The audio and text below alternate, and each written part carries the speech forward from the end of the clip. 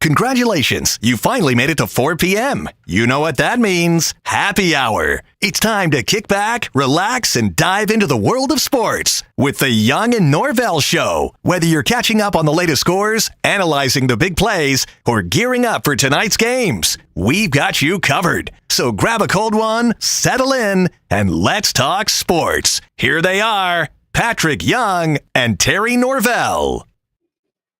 Hey, here we go. If it's a Monday, that means we are set up live inside the beautiful sports bar inside the Community First Igloo. The sports bar is known as Icebreakers. You get it, the tie-in with the Icemen and hockey and ice. And what a wonderful, wonderful setup they have here. This place seats about 150 people. You can see over my shoulder one of the two full-size ice rinks for practice, for games, for whatever. They can cover it. You can have a massive banquet in here, as I attended the Jacksonville Sports Hall of Fame about a month ago. They had 300 people right in there, and it was a wonderful, wonderful time. You can reserve this tremendous location for team banquets and corporate events, whatever you need to get people together. Full-service restaurant is tied into this wonderful 150-ish seat sports bar, Icebreakers. You know it by now, bar and grill inside Community First Igloo, where the Young and Norvelle Show hangs out every Monday. Okay, let's catch your breath a little bit here, folks. Is it over? I'm just going to ask somebody, please, in the know, tell me it's over. Has the bludgeoning stopped?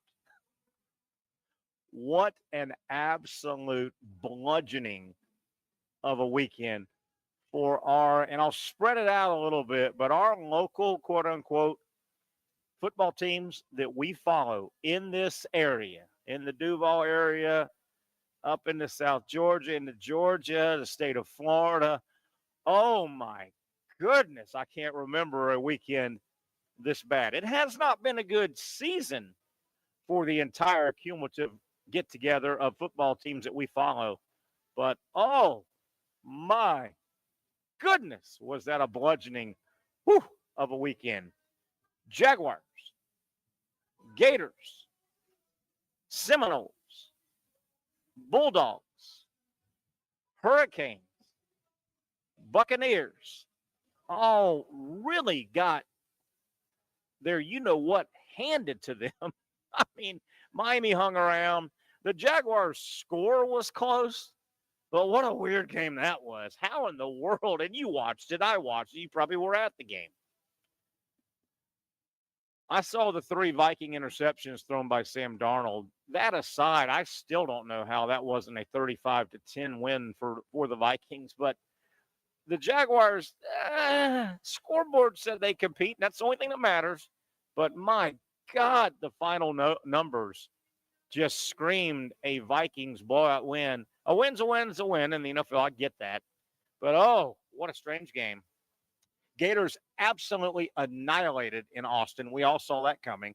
Very, very smart move not to even think about rushing DJ Lagway. We'll get to that a little bit later. Why play him in that game? Thank God they didn't. Florida State, I worried about that game going up into South Bend. And it's apparent now Florida State has quit. There have been, if you have not heard, Mike Norvelle, FSU head coach, has already instituted mass firings. He's fired both coordinators and the receiver coach after the game. Just absolute wheels off in Tallahassee. Total rebuild. Georgia in a game, I did not like Georgia's chances when they went to Oxford Saturday. Did not like it. That screamed a big win for Ole Miss, Lane Kiffin, and the Rebels. And that's what happened. 28-10, I guess, was the final. Really wasn't that close. Ole Miss dominated the football game. And it's a tough situation now for Georgia. They have to turn around and host a Tennessee team that's got designs on a big season. So Georgia gets handled. Miami, certainly in Atlanta, they were in the game and had a chance. And you kind of thought, okay, here we go, Cam Ward with the football. This time, if you flirt enough with bad things, I think bad things happen. Miami this time late in the game with the football, with a chance to score a touchdown and win like they've done so many times. Well, this time Sack fumble recovered by the defense. Sack fumble did not go Miami's way. Canes go down. I will say this. I feel a little bit bad for Cam Ward. Miami gets the loss, and I'm starting to hear and read and see around the country that, okay, all right, there goes Cam Ward's Heisman Trophy. Well, Cam Ward played well. He put up big numbers. I mean, team lost the game, but he put up great numbers. Hurricanes go down. Buccaneers lose. Tonight, I don't know if it'll do a whole lot, but really the one saving grace team still left, the Miami Dolphins play tonight. So, Jaguars, Gators, Seminoles, Bulldogs, Hurricanes, Buccaneers, all go down. All go down. What a weekend. Goodness gracious. We'll break each of these games down as we go. Where do the Jaguars go? If you're running the organization, if you're truly making calls, and I'm not so sure Doug Peterson has much panache down there anymore. I think Doug Peterson, and he's starting to get a little surly. You guys, if you've watched or listened to this show any length of time, you know I've been around this thing a long time, man. When the coaches start getting belligerent at press conferences, it's over. It's generally over. And Doug, a little bit against his personality, Doug's getting surly and getting snippy. It's over. I think he knows it's over. With that being the case, 2-8, the Jaguars going nowhere. What's your philosophy the rest of the way as an organization? What's your goal? What's more important? And this is going to sound crazy, and I get it. You're a paying fan base. You pay to see quality entertainment, quality NFL entertainment. I get all that. Your team's 2-8. They're going nowhere. You're agree, disagree, whatever. It's for another day. Your mega money quarterback has got some type of level, whatever, shoulder injury. You've got a chunk of meaningless games left. Do you try to bring him back? Do you rehab him?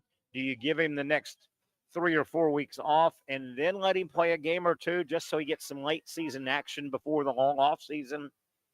Do you keep throwing Mac Jones out there, hoping Mac Jones will play better than he did yesterday, hoping that Mac Jones will show some quarterback needy teams in the NFL, hey, we could use a Mac Jones. Hey, you've got two of those guys. You like Trevor, he's your guy. We could use a Mac Jones. And when the trading deadline opens back up, maybe that's something the Jaguars can get. But yesterday, Mac Jones, his performance will not make the phone ring at all. That was ugly. It was ugly across the board. But Mac Jones got to play better than that. That also was disappointing, I think. The Jaguar brass, I don't think, will tell you that, hey, one positive could be Mac Jones continues. He had a good preseason. He threw some nice footballs for everybody to see. Mac Jones, former first-round pick, started almost 50 games in the league. If he could go out and play pretty damn good football the next however many starts he gets, maybe the Jaguars could shop him in the next trading deadline period. Maybe they could go get a third-round pick, fourth. I don't know. And then you got to turn that in. You got to hope like hell that you can hit a home run with that pick. But yesterday wasn't the day. Yesterday wasn't the day. You play Minnesota. Vikings are good, by the way. And what a weird game. What a way. And those interception count that Sam Darnold threw, of course they count. But my goodness, he's throwing interceptions into the end zone a couple of times. Minnesota, particularly between the 20s, up and down and up and down. If you look at the box score, if you look at the Jaguars-Vikings final score, and then break it down into the box score, it's hard to believe Minnesota scored 12 points. It is hard to believe, but the final score is the final score. We'll get into the Gators, Seminoles, Bulldogs, Hurricanes a little bit later with our college football talk. Brent Beaird will join us. He's scheduled early in the 5 o'clock hour. We want to get a nice long visit with Brent because things are happening now, man. College football. Goodness gracious. It might have taken you about 170 years to start getting kind of close to figuring this thing out. Well, you're figuring it out, man. This postseason and this leading into the postseason has been a blast. The next 3 weeks are going to be a blast, and it's going nowhere, buddy. This is going to be college football every year. As a matter of fact, it's only going to get better, and it's only going to get deeper. This year, 12-team playoff. I think next year it's also 12 teams. and then it bumps up to 14. I cannot believe it will not get to 16 quickly. We will break down a ton of college football, winners and losers, and there were a lot. There were a lot on both sides, winners and losers. We'll do that with Brent Beaird. And then today about 4:40, let's talk Jacksonville Icemen hockey. We'll break down two big wins for the Icemen. They finally got back into a little bit of a rhythm, have the Icemen. Florida Georgia's behind us. That takes out their arena for a while. Jacksonville is in a situation when the Florida Georgia game comes in. You guys know the area. It's not conducive to play professional hockey games in that arena. Florida Georgia week, Tuesday, Wednesday, Thursday, Friday, Saturday, obviously game day. So the Icemen have to kind of take off, and they get kind of disheveled there for a while. Well, they got back in a little routine this past weekend, had a couple home games. They won those two. Who's playing well? What kind of promotions are coming up? We'll talk a lot of Icemen hockey today about 4:40. Also, tonight, and hopefully Patrick can join us here in a little bit. I'm not positive on his schedule. We didn't visit a whole lot over the weekend, but a real potentially awkward sporting event tonight in Gainesville.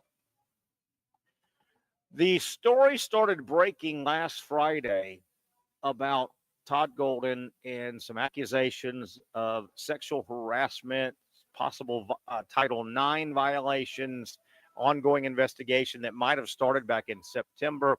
That all made the light. You've seen it. You've heard about it, I know, over the last 3 or 4 days. We heard about that on Friday, I should say, on Friday.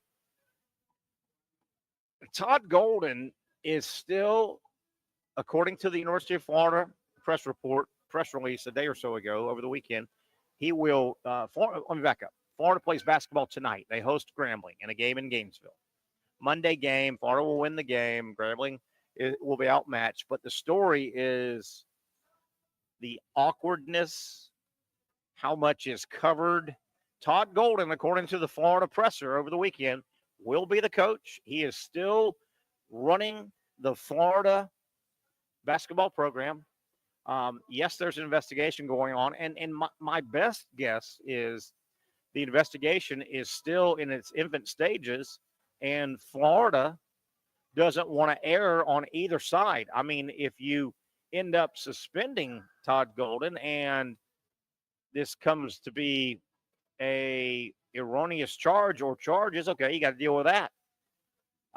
It's awkward. It is awkward tonight in Gainesville. I mean, really, really awkward. These accusations and allegations, and that's what it is.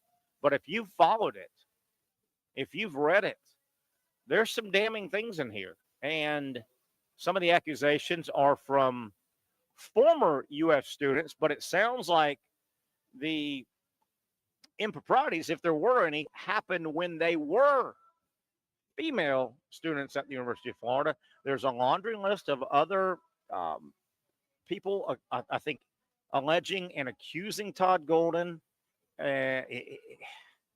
He's come out, and you've heard a little bit about Todd Golden's side. He's hired an attorney.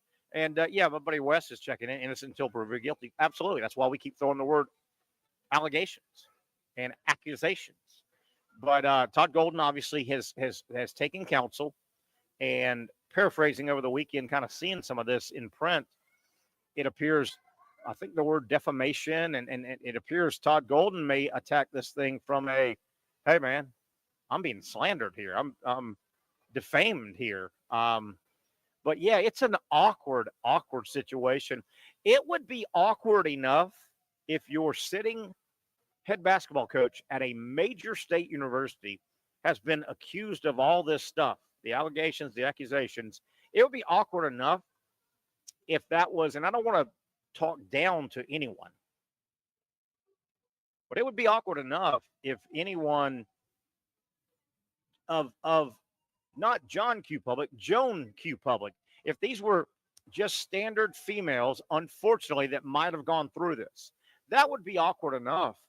But my goodness, you talk about kicking it up a notch.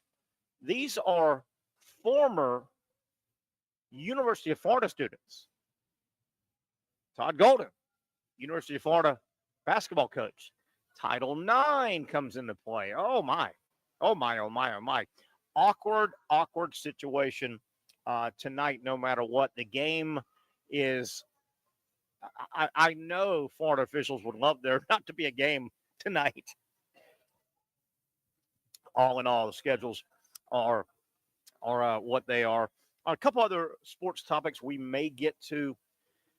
They're not top of mind. They're not the biggest, most important, but staying with college basketball, strange story I think it might have been Friday as well. Auburn basketball. Bruce Pearl's team, they're supposed to be one of the top echelon SEC programs again. They were really good last year. They're expected to be really good, highly ranked preseason. Strange situation. And all in all, this situation happened. And hell, Auburn went on the road and got a big big ranked win over, I think it was Baylor. Did you hear about this? Auburn basketball, Friday, I believe it was. It was late last week. The Auburn men's basketball team boarded their plane to go play, I think it was Baylor, and Baylor's good. They're like 8th in the country. It might have been Houston. They might have went and played Houston, who's also good and highly ranked, and Houston's been to the Final Four the last couple of years. So Auburn gets on their basketball charter flight to go play a tough road game against a good team. Auburn's a good team. Auburn's picked by a lot of people to have a really good year. Well, the word is on the team flight, 2 Auburn basketball players get in some type of altercation, fight, whatever you want to call it. Whatever it was, 2 players for Auburn get in such a heated whatever, you label it, that the airline crew on the flight midair turned the flight around and went back and landed and said, "We're done. We gone." So Auburn, they have to abort the flight. And I mean, gosh darn, man, I don't blame some of the flight crew, man. You get 2 huge guys fighting on your plane, 35,000 feet up in the air. So they turn the plane around, they abort the flight. Auburn has to take another flight. They do end up getting to Houston, I think it is, and they win the game. How weird is that? Oh, I got to mention that to Patrick Young. One more topic as we set today's show, Monday edition from Icebreakers Bar and Grill here inside the Community First Igloo, which, of course, you see when you're traversing up and down I-95. You look over at the when you get near and at the Emerson Street exit, you look over, you see the big igloo. This place has been renovated to the tune of about $25 million. Gorgeous location. And, of course, our Monday home. We are inside this wonderful sports bar, Icebreakers. You see the open skate behind us. There'll be some leagues and little leagues and teams and just a fun place. Just a fun place. One more topic I want to get out, and I want to throw this name out. You're going to hear Roki, and I think that's how you pronounce the first name, Rocki, Roki Sasaki. Get to know that name, the latest absolute flame-throwing Japanese pitcher that has got his walking papers now. You know, the way it works, Major League Baseball has to kind of go through some protocol and paperwork when they identify a great player in the Japanese league. The Japanese league, obviously, they don't want to lose them, but they understand where it's going, and they get paid handsomely to sign off. So supposedly this is the guy, and I watched some film of this guy over the weekend. Oh, my goodness. You know about Yamamoto. You know about Ohtani when he's on the mound. This guy playing against major leaguers that maybe have gone over to Japan or international baseball. Roki Sasaki, get to know the name. He's about to become a free agent. And you got to believe he's going to the Dodgers or the Yankees or a big money team. I mean, this guy, big right-hander, absolutely dotting the baseball at about a 102 clip, 100, 102, 101. So he's a 3-digit fastball guy. And he was just absolutely lights out on the now, these are highlights that I saw. But, I mean, this guy looks like he might be the next absolute superstar in Major League Baseball by way of the Japanese Baseball League. And I tell you, I know baseball's had a big head start. Baseball has always had the it's America's game. We get that. Where it started, baseball's always had a stronghold in the Dominican countries. and that part of our world. But my goodness, baseball has just, they played Japanese baseball a long time, but Major League Baseball getting involved in the Japanese leagues and scouting and sending players over and signing big stars, it's grown the game. Major League Baseball, goodness gracious. You talk about Major League Baseball is where the NFL could only dream to be globally. That far advanced. Now, it's going to take football a long time. That's where they want to go, and that's where they think they can go. But goodness gracious, that Japanese league is starting to become a feeder system, and it truly is. Major League Baseball is really, really becoming an international sport. I know we call it the World Series, and people have scoffed at that over the years, but it is it's unique, and I think there's an explanation, and this is for another day, but basketball, the NBA, Major League Baseball, the way those two sports have gotten strongholds and footholds internationally is where football wants to go. Now, is football such a complex sport? And it may be that 20 years of baseball trying to expand internationally will equal 40 with football. It may be that way. Football's a unique, baseball and basketball are still, and this is not a knock at these two sports, but baseball and basketball are still pretty easy to sit down if you came from Jupiter day one and you sat down and watched a couple of baseball games back to back to back and a couple of basketball games back to back. You could kind of get the concept fairly quickly. You may have a question or three. Okay, why did this guy come out? I didn't see him anymore. There's a couple nuance. You could figure it out. Wait a minute. It appears that if they can go here to here to here and here, that puts a number on the board, right? And basketball, it appears that no matter what happens, if that little round thing can go in that round goal, some numbers change. Football's not quite as cut and dry, much more complex. And I think that's the excuse, or not the excuse, but the reason why the game of football I don't know if it ever will evolve internationally, but I don't think the NFL guys thought it was going to be this difficult. But it's a complex game. There are a lot of facets. And frankly, I wish this with all sports, not just football, but I have said for a good 8 years now, I've borrowed this from a politician. We don't talk much politics here, but Donald Trump's first term, he got talking one time and he backed it up. He backed up his mouth with his actions. He said, you know what? We as a country, at times, we are drowning in regulations. Regulations. The book of regulations is this thick. It's just ungodly. This and that and this and that and that and this. Donald Trump came out and said, you know what? I think it'd be a good idea if we say, for every one new regulation we want to implement, we need to drop 2 old ones. And I'm not so sure that's not where football needs to go. And the rule book of football, my God, I'm one of the few guys in the world that more often than not, I have no problem defending officials sometimes, because I think if you look at a football rule book, major college or the NFL, the rule book's this thick, and that may be kind.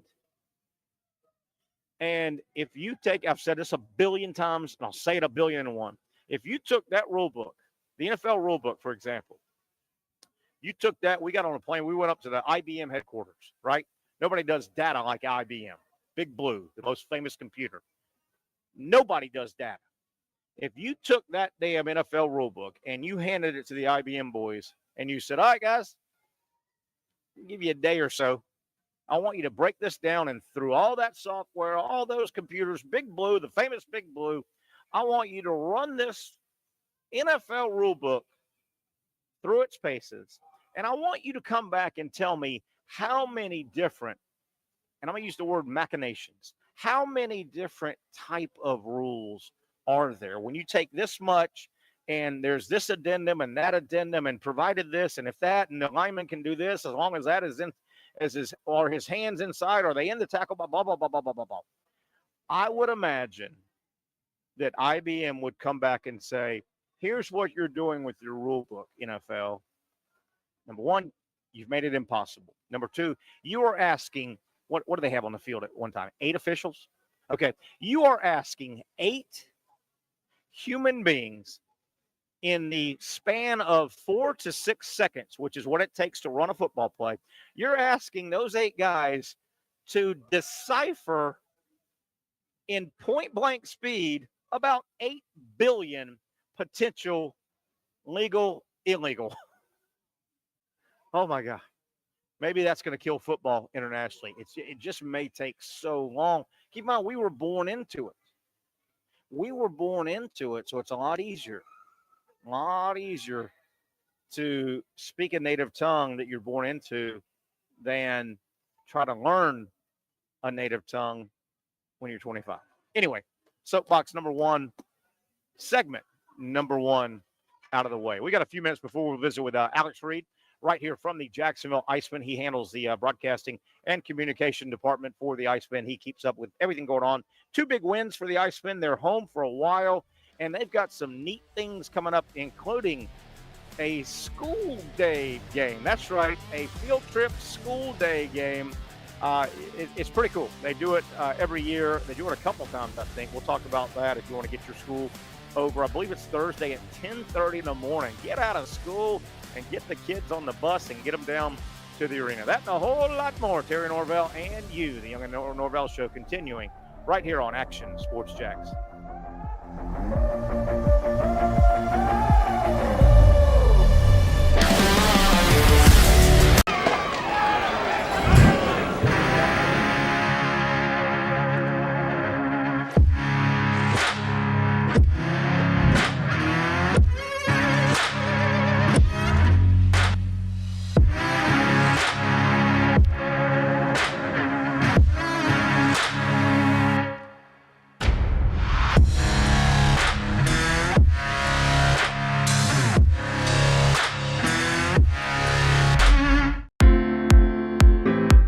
At Southeast Orthopedic Specialists, we know pain and injuries can stop you from doing what you love.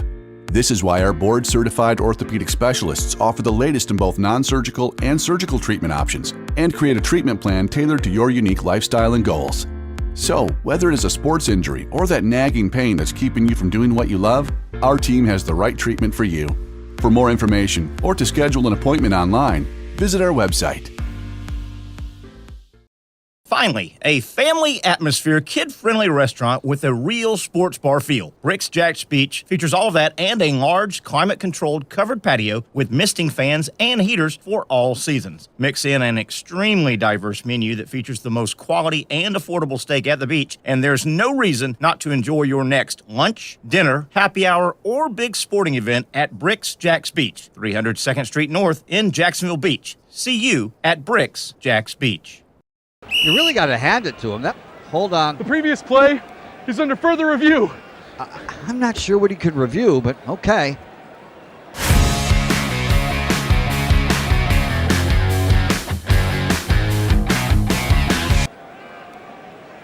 Sure has been a while. Dynamic Hurricane Grill and Wings for the football season. Well, there he is. Oh, what is that?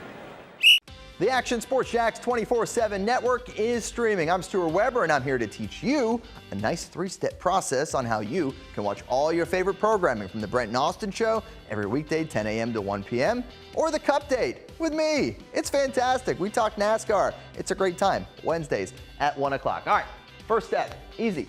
Download the Action News Jax app. You probably already have it downloaded on your phone, so you might already have that one taken care of. Step 2, see that stack of pancakes up there? You click that stack of pancakes, and it's going to bring down step number 3, which is a full screen of all the different streams that you can click on, including the Action Sports Jags 24/7 stream. You click that, the video's rocking and rolling on your mobile device. You're watching all the shows you want to, and you're having a good time. You can also do it on your smart TV with the Action News Jax Now app, I do it on my Samsung TV at home. It's a great way to watch it on a nice, large screen for all the content. That's the Action Sports Jax 24/7 network. Hope you can find it. You trust CGC to make your water great, and now you can trust CGC with your plumbing needs as well. Fast, convenient scheduling, licensed and insured. A quick call away at 904-552-1242. You never know when you're going to have an issue with a shower, toilet, or maybe it's a sink that sometimes is easy to fix. All right, let's be honest. I'm not fixing anything. I'm totally staging this because when I have a plumbing problem, I call CGC Water Treatment and Plumbing. Trained professionals, transparent pricing, customer satisfaction. Small problem or even a bigger issue. Maybe you need a new tankless water heater or something a bit more intricate. The experts with 25 years of experience at CGC Water Treatment and Plumbing can do it all. Call 904-552-1242 or visit cgcwater.com. That's 904-552-1242 or cgcwater.com. CGC Water Treatment and Plumbing, an authorized independent Connecticut dealer. Florida license number CFC 143-2579. Hey, there's another good-looking view from our up high cam, looking over Jax Vegas, the beautiful river, cloudy as normal. Temperature's starting to break a little bit, though. We're about to get some cool temperatures, I think, rolling in. Still been a little humid, but we'll take the warmth. But I'm ready. I'm ready for a little bit. Got a long-sleeve shirt on. Of course, I'm inside the Icebreaker Sports Bar, inside the Community First Igloo. 2 ice rinks. Tends to get a little cold, so planning ahead. But, yeah, you know, I think I'm ready. I think I'm ready for the other side of the closet. If you're like me, you haven't visited. I feel bad, man. Last 6 months, I just kind of say hi to my long-sleeve shirts and blazers and things like that. But, hey, we're going to get back together soon. Got a little scarf action I want to get to, some sweater action. You know the deal. Got to change it up every once in a while. Hey, we're talking Icemen hockey in about 10 minutes, around 4:40 with Alex Reed from the Icemen Communication Department.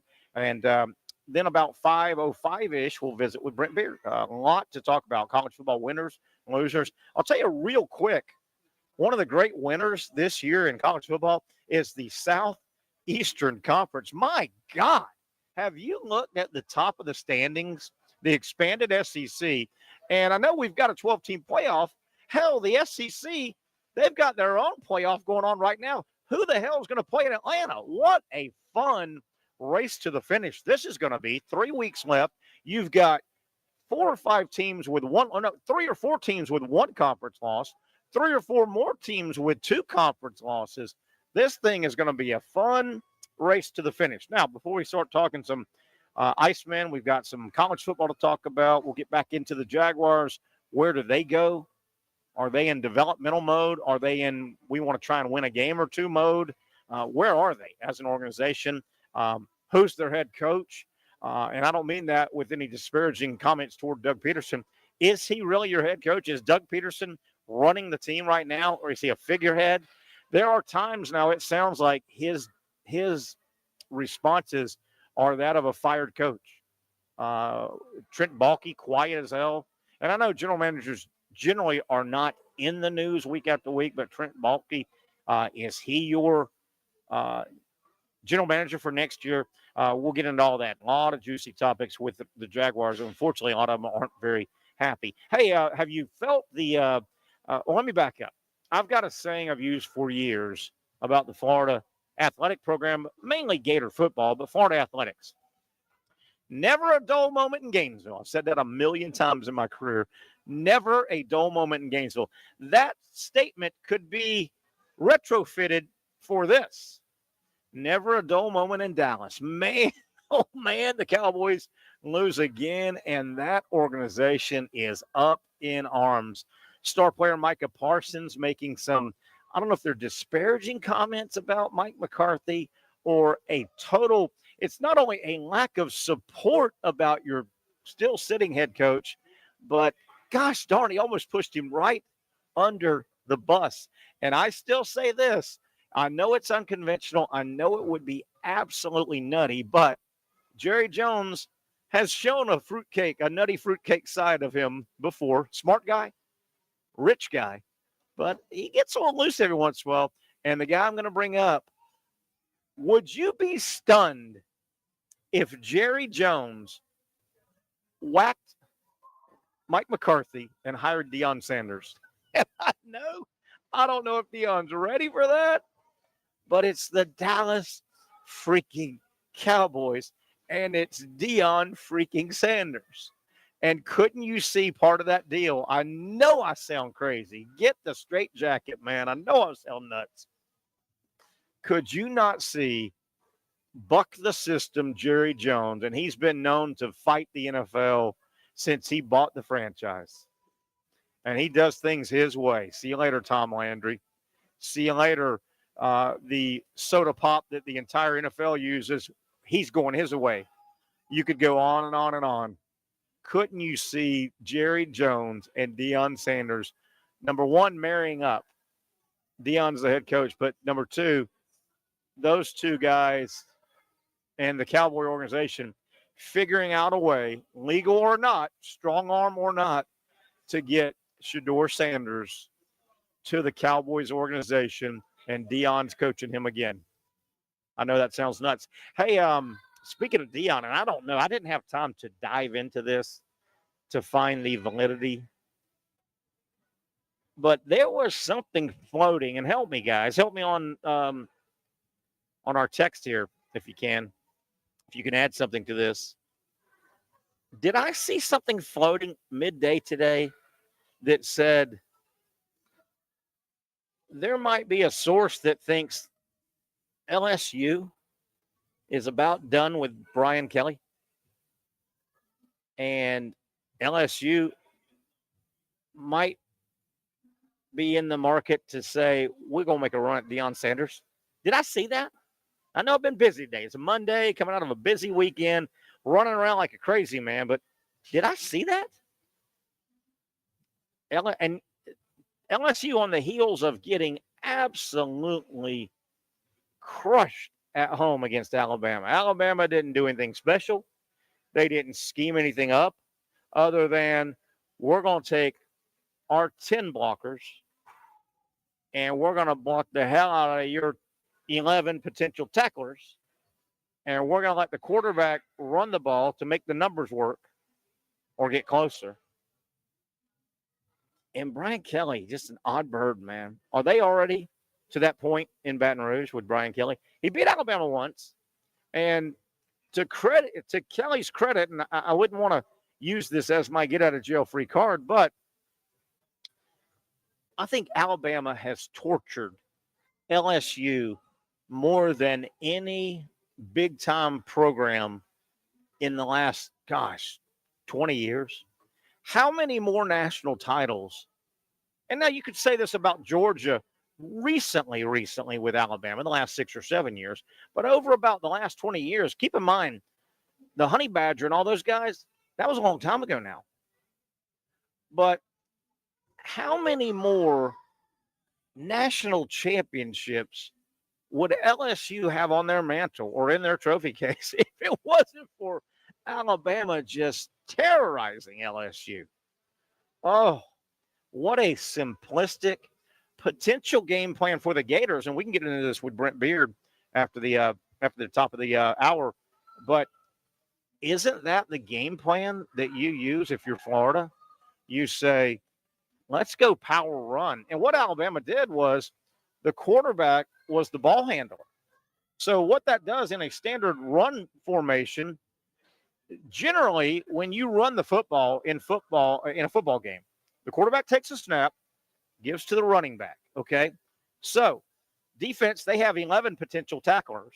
And when the quarterback hands the ball off, he's out. And the running back's out. So you got 9 on 11. Interesting. Real interesting. As a matter of fact, here comes my man Alex Reed. Let's go ahead and get Alex on here and talk some hockey.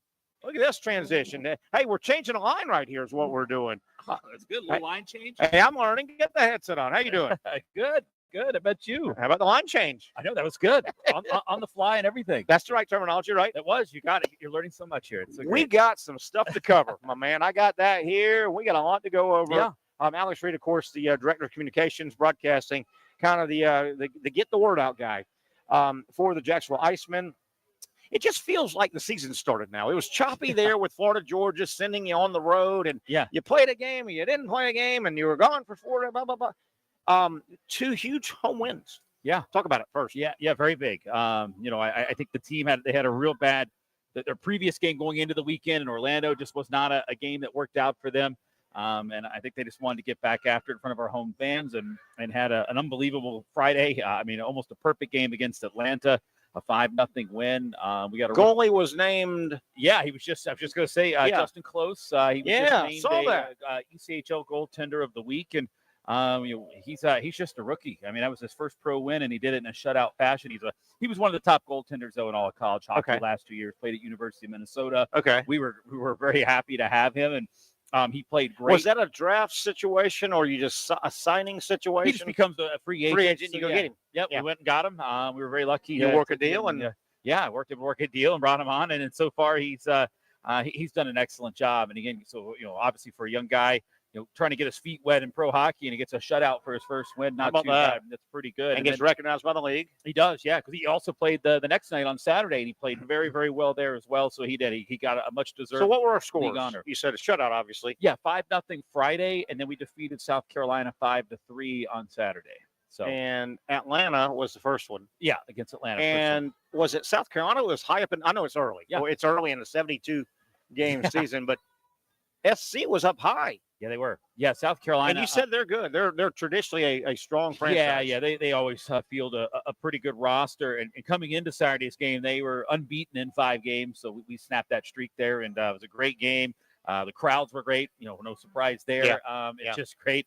A lot of energy there, and a nice little scrap at the end of the game too. That got the crowd buzzing. So it was a great weekend. It was good for the guys to kind of get back on track, and a great way to start this homestand. Who won the scrap?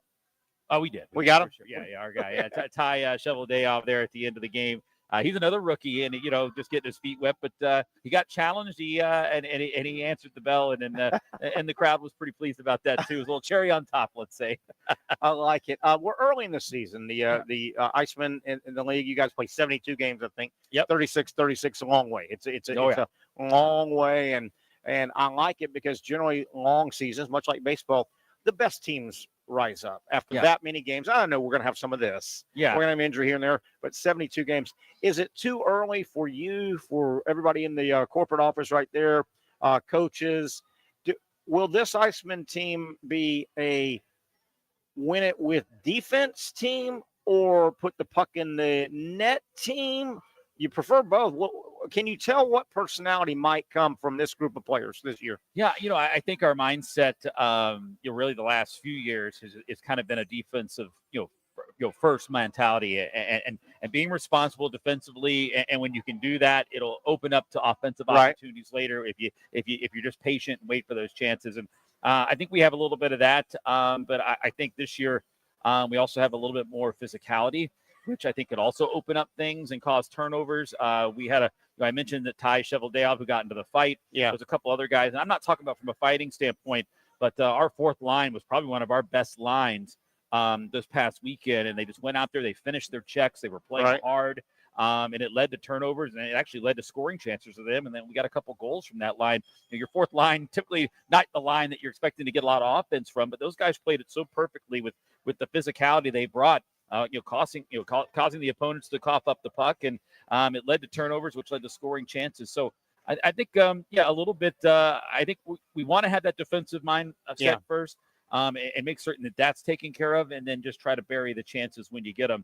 And as it turns out, right now we've got pretty good goaltending too. If a defensive mishap happens, our goaltenders are there to back us up. Who will be some of the names if they stay with the Icemen, they stay healthy? Who will be some of the goals? Who are some of the guys that they, in all sports, some play, you go, that guy's a scorer. I don't care if it's basketball, football. Yeah. That guy's a scorer. Who are a couple of the guys that just, when the puck is on their stick, score? Everybody wants to score. Sure. But sure. Everybody doesn't have the scorer mentality. Who are a couple of the scorers on this team? I would say you have Logan Cockrell.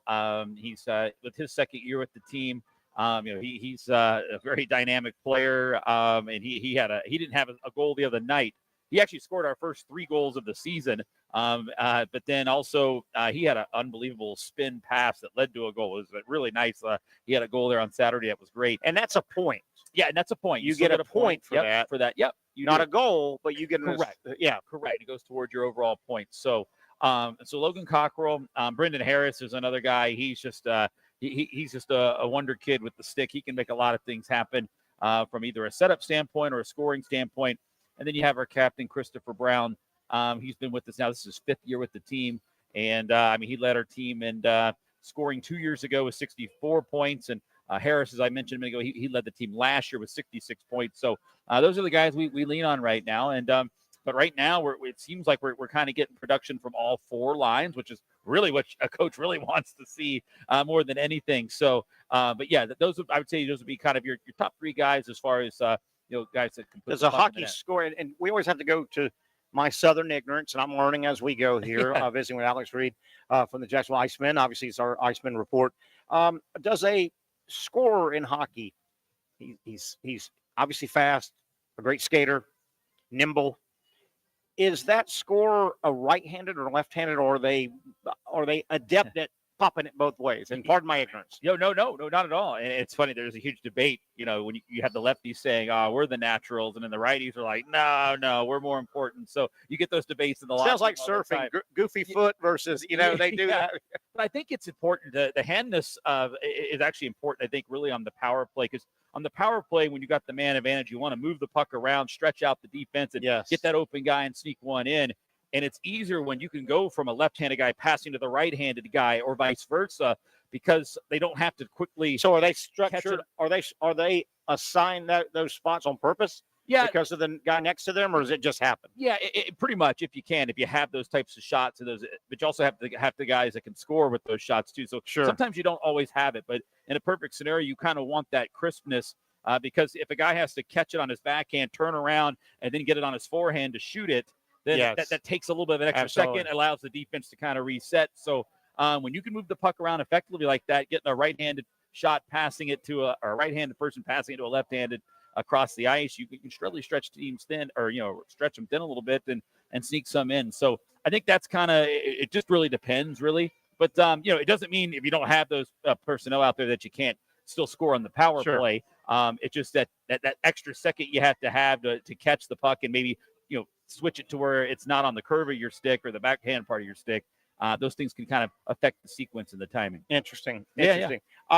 You mentioned our goalie got honored close. Yeah. I think this is a little different than the NHL. They don't necessarily play back-to-back kind of. We'll play some back-to-back games for travel and logistics, right? Yeah. In this league. Sure. With that said, in this structure, there's times we have a couple in a row. Yeah. Friday, Saturday. Can the goalie go both games, or is that such a? I mean, they're mental and in the crouch, or do you need a couple? Can one goalie go back to back and not be a detriment that second game? Yeah, a goalie can't go back to back. It's just when you had the 3-3s where it's back to back to back. Yes, that's rough. You typically don't see that. Same as a catcher in baseball. I mean, right. You can only go so long. The day game after a night game kind of thing. In the middle of summer, you're like, come on. It's a little different out there squatting down with gear. No, it's very true. It's tough. That's asking a lot of a goalie to have to go 3 nights in a row. 2 nights is manageable. If you do have a schedule, which we do this week, where you have 3 games in a row, then you could maybe look to have one guy go, the first game and the third game, right, and give him that gap, right? But the NHL has they don't play back-to-back games very rarely. It's very rare, right? But in our league, when it comes to budgets and scheduling and logistics, as you said, there is a lot of 4 games in 5 days, or 3 and 3s as they call them in the league, or 3 games in 3 days. But it's tough to ask a goalie to do it. But again, we have good goaltending. I mean, not only Justin, who got Justin Close, who was named goalie of the week this past week for the league. We have another goalie, Matt Vernon. He's been great for us. He was one of the top goaltenders in the league last year. He just got called up to Rochester, the American Hockey League. And so, again, when you have him back down, we got a good combo. We got a good tandem of goalies. And then, so obviously we had to replace Matt for the time being. Found a really good goalie out of the SPHL league. and Brian Wilson to kind of back up Justin Close. Right. So, so we have a good goal team. We had a good tandem. So when those situations arise, where you have the 3 and 3s, you can really, whoever you throw, it doesn't really matter. Backtrack. Ignorance. Southern guy. Curvature of the stick. That makes you only be able to get. I mean, I guess in an emergency, the puck, you're swinging any way you can. Yeah. You might hit it with the non-curvature side. Yeah. But generally, you're going to be, the stick is a right-handed stick or a left-handed stick. Yeah. Curvature-wise. Because that, right? Correct. Yeah. Yeah. There's different, you have the different curves, depending on if you're right or left-handed. Doesn't mean you can't shoot it. Yeah, because I see them close, and they just, any way they can. Yeah, they can redirect it in. Absolutely. Right? Yeah, they look for those tips and those redirects. And you can use the back part of the curve and flip it up in the back end. It's actually a very good shot. It's just, you have a little bit more control when you have it on your forehand side from an accuracy standpoint. And I see this when I'm at Iceman games, they'll go to instant replay. Mm-hmm. Are those pretty much correctly called? We watch instant replay in the NFL, and most of them, a lot of times, go, that was still the wrong call. When they go and look at it in hockey, and I don't know if it's the goal crossing, the puck crossing the line, or different things they look at. Is it pretty correctable and obvious? Yeah, it's tough. We don't have the great camera angles and the different angles as the NHL. Yeah. But the way our league does it is they do have overhead cameras that sit above, up in the roof or in the rafters, excuse me, and they sit over the goals. So you can see the red line, and mostly that is to determine whether or not the puck crossed the goal line completely or not. And it does give a very good view of whether or not the puck crossed the line. So if they think there might be a goal or they're not sure, they want to take a look at it, they can see those angles, and it is pretty accurate for the most part. Now, when it goes against us and they say no goal or whatever, then there's 9,000 people at VyStar that disagree with how accurate it is. But I'll tell you who's got a tough job are the guys that sit right behind the goal outside the glass, and they've got the red green. I mean, they got to quickly, and it might get over. Judges, that's tough. That's tough. It is tough because and sometimes they get a little trigger happy with the button. They think it went in. Oh nope, it didn't. But and there's a lot of traffic, man. Oh, it is. So they really have to. They have to focus. I like the goals really from 40 feet. Yeah, more than because man, I'll be right behind the glass, and dude, there's 3 or 4 guys, and I know the much like soccer, I guess the goalie is protected. You can't do a whole right, but there's still traffic in there, man. Yeah, well, that's it, and that's what coaches want. They want traffic in front of the net because those long shots you're talking about. If you got a couple big bodies standing in front of the goalie, he has to look through all that. He may, sometimes goalies they don't see the shot until it's in the back of the net because they were screened. And so, or if you get in front of the net, you might get one of those tips that you talked about, and that'll redirect it. And those are pretty much, goalies just impossible to stop at times. So, that's the thing. And we talk about guys that have a lot of skill who are the goal scorers, but if you're a big body and you're not scared to go to that hard area in front of the net, maybe take a little bit of pushing and shoving, a few jabs, you can get some what they call garbage goals, right? Those goals that don't look pretty, but they go in just by whacking away at a rebound or something. You can rack up. I'll tell you what else I've seen, and I want to get to. We got some neat stuff coming up. We got a school day coming up. Yes, we've got like 3 days in a row. We want to talk about busy week. The hockey that I've gone to is Icemen. Okay, over the years, and when those big guys get near the goal, and there's a lot of contact, I'm just learning this game a little bit. You better. If I do this to you, you better do this to me. right. And I've noticed that those big guys now, not the goal, but the guys that are, I guess, defensemen that are back here. Sure. You better, I don't care how babyface you might be, 19 years old, 20 years old, just in the league. I've noticed those guys, you better stand up for yourself or it's going to be a long night. Yeah, no, you do. And I think that's where Coach Brandon Maschenter wanted to change things up a little bit for us. We were the least penalized team in the league last year. We didn't really have that last year. We were a little smaller. Yeah. He wanted to get a little bit bigger. He wanted to get a little bit more physical. And he went out and got those types of players. So you're right. I mean, we want to set the tone a little bit. I mean, again, I talked about what happened at the end of the game. At that fourth line, they were so good. Very young line. But the guy that got into the fight, Ty Shoveldayoff, young kid, he's in his rookie season. That just season. sounds like a hockey name. Say that again slowly. Ty Shoveldayoff. That sounds like a hockey guy. Yeah, that's his name, and he just punched somebody wherever he's at right now. He just in a nice hockey way. He just punched somebody. Well, he definitely punched somebody the other night, and but that's the thing. You're right. He didn't back down. He didn't start the fight, but he didn't back down from it, and so those are the types of things you're. You know what I live by. Don't want no trouble. Don't start no trouble. All right, That's around right. me, okay? That's right. Exactly. But no, I've noticed that. You better. Hey, and I'm a professional hockey player now. Yeah. That's how I make my living, my man. 100%. I gotta stand up for myself and my paycheck, my man. No, absolutely you do. And if you don't, and that's it. I mean, I think that's kind of maybe something that if we had some really good teams here the last few years, there's no doubt about it. But if there's one thing that we were lacking maybe last year a little bit was that extra, as the coaches call it, jam. They want to have that jam in their in the game. And maybe we were lacking a little bit about that, but I don't think that's a problem this year based on what we got. Let's talk. We have a lot of stuff coming up. We've got, and this happens every year. I think it happens twice. You've got the school day game. Mm-hmm. It's 10:30 in the morning. They'll be bussed in. Yep. I know the kids love that. Sure, it's a field trip. And it's just a mess. It's fun. I've been to one of them working it. And it's a real game. Yeah. It's a real game. It counts. Mm-hmm. And it's just a way to it's a great community outreach. Mm-hmm. And the schools, I guess through Duval County Public Schools, maybe set it up through you. They got to know who's coming and all. How does all this work? I've seen it one time. It's really neat. Yeah, it is really neat. I'm glad I don't have to organize it. It is a field trip. It really is. And all the students get a workbook, that has an education. It's tying the education side with hockey, courses they take every day, trying to tie that in. The workbook has a lot of cool things, but it's hockey based, so that which makes it a little bit of an education. Do we know the age group, the grade group, or it's pretty much all the grades really. And they just kind of reach out and say we'd like to do it. Yeah, our sales staff, they're great. They work out. They call the schools. They work with the schools and set this whole thing up. And they're bussed over. Bus back home, just like a field trip when we go to the fort in St. Augustine or whatever when I was a kid. It's a field trip. And each kid gets a bag in their seat that's got a pen and a sticker and also a lunch. They get a sandwich and all that, an apple. So it's a lot of fun, and it's an early game. And and that's Thursday, I think. That is this Thursday. Thursday. Yeah. Are all the schools taken? Right. I guess you got to do this ahead of time, right? And there's another one in February, I think, right? There is another one in February, February 4th. So we're doing this is the first year we've done two. Yes. We usually did one. In fact, last year we did it. We had 14,000 people in the building, which was unbelievable.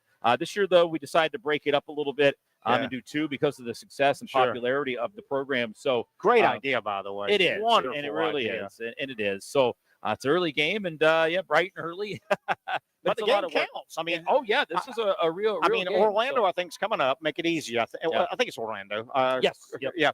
So it's easy on them. They're probably not crazy about a 10:30, but I'm sure we reciprocate. Around the league, everybody's got their own special nights. So that's Thursday. It's coming up again in February. So you may even want to reach out to you guys. And hey, if you want to I want to get my school involved, my grade involved. Whatever. Staff will take care of it. We've got Marvel Night coming up. We got all kind of stuff. Busy weekend. Talk about it. Yeah, we do. Friday we have our women in sports panel before the game, which is great, where we celebrate all the women working in sports. I know my wife, she works her day job, at the allergy clinic, but then in the evening she'll be here probably in a couple hours. She coaches the all girls team here. So the Jacksonville. So how's that work? Will it be a before the game seminar kind of thing, Q&A? Talk about it. Yeah, there'll be women in sports. Yeah, there'll be a Q&A panel, and it'll be some of our local women who have leadership roles in sports, Jaguars all over. So the Jumbo Shrimp here. Again, it's just a night for the women here to recognize them. Love it. Absolutely love it. And obviously we'll be recognizing them throughout the game on Friday as well. And then of course on Saturday, if you're a big Marvel fan, it should be a lot of fun because it's our Marvel night. And the Icemen are going to be wearing, if you saw the big movie, the blockbuster movie, Wolverine versus Deadpool, well, we're taking on Savannah. We've worked it out to where the Icemen are going to wear jerseys that look like Wolverine. They're Wolverine. Is he the guy with the big long? Yeah. I got that guy. Yeah, I know that guy. Icemen are going to be dressed in Wolverine jerseys, but our opponent, Savannah, will be wearing the Deadpool-themed jerseys. So it legit is going to be, there's Jim. It's going to be legit. Now, in the movie, who won the battle? I have as much as our guys. I haven't our seen guys. It, yeah, it'll probably be Wolverine, right? Because right. But I need to see the movie. Actually, I like all that stuff. I just haven't seen that one yet. Now, are you going to be all? Now, are you encouraged to dress as a show up? I mean, do they encourage the fans to dress up? Sure. I mean, absolutely. I mean, again, we talk about, we want to cater to different audiences and interests, right? And obviously Marvel is a huge, the DC Comics. There's a big interest in Absolutely, that. And there people is. are welcome to wear their shirts and whatever and dress up a little bit. So that's fine. Do you have children of your own? I do not. No. You're going to get a good indoctrination between Thursday with all those students. Yep. And that Marvel night. Yeah. You and your wife are going to decide right then and there. You know what? We're okay, honey. Yeah. We're okay. The cat and the dog, they're enough. Yeah, right, exactly. You got that right. I mean, we have 2 dogs, and they're a handful as it is. So we love them to death. But yeah, you're right. We're gonna get a full view of it, as you said this week. Nice. It's gonna be a blast. Still, it's gonna be great. All right, brother. We'll let you get going. I enjoy this. I'm learning. You promised me before we started that you'll let me go baby steps. Yeah, go baby steps. I'm happy to help. Yeah, we'll do a hockey 101 with you here every week. That's a busy week. Yeah, it is a busy week, but we got a great staff. They work hard. They pull all the off, but it is a lot. It's not just we don't just show up and it happens. There's a lot to put a game on. A lot our staff has to do and set up to make it happen. Absolutely, and this is not a knock, but that wonderful arena is a multi-purpose, multi-shared. It's your game home, right? But for instance, like tomorrow, I'm going to help out. I told you I'm buddies with Ricky Howard, who's one of the main domos down there on the opposite side.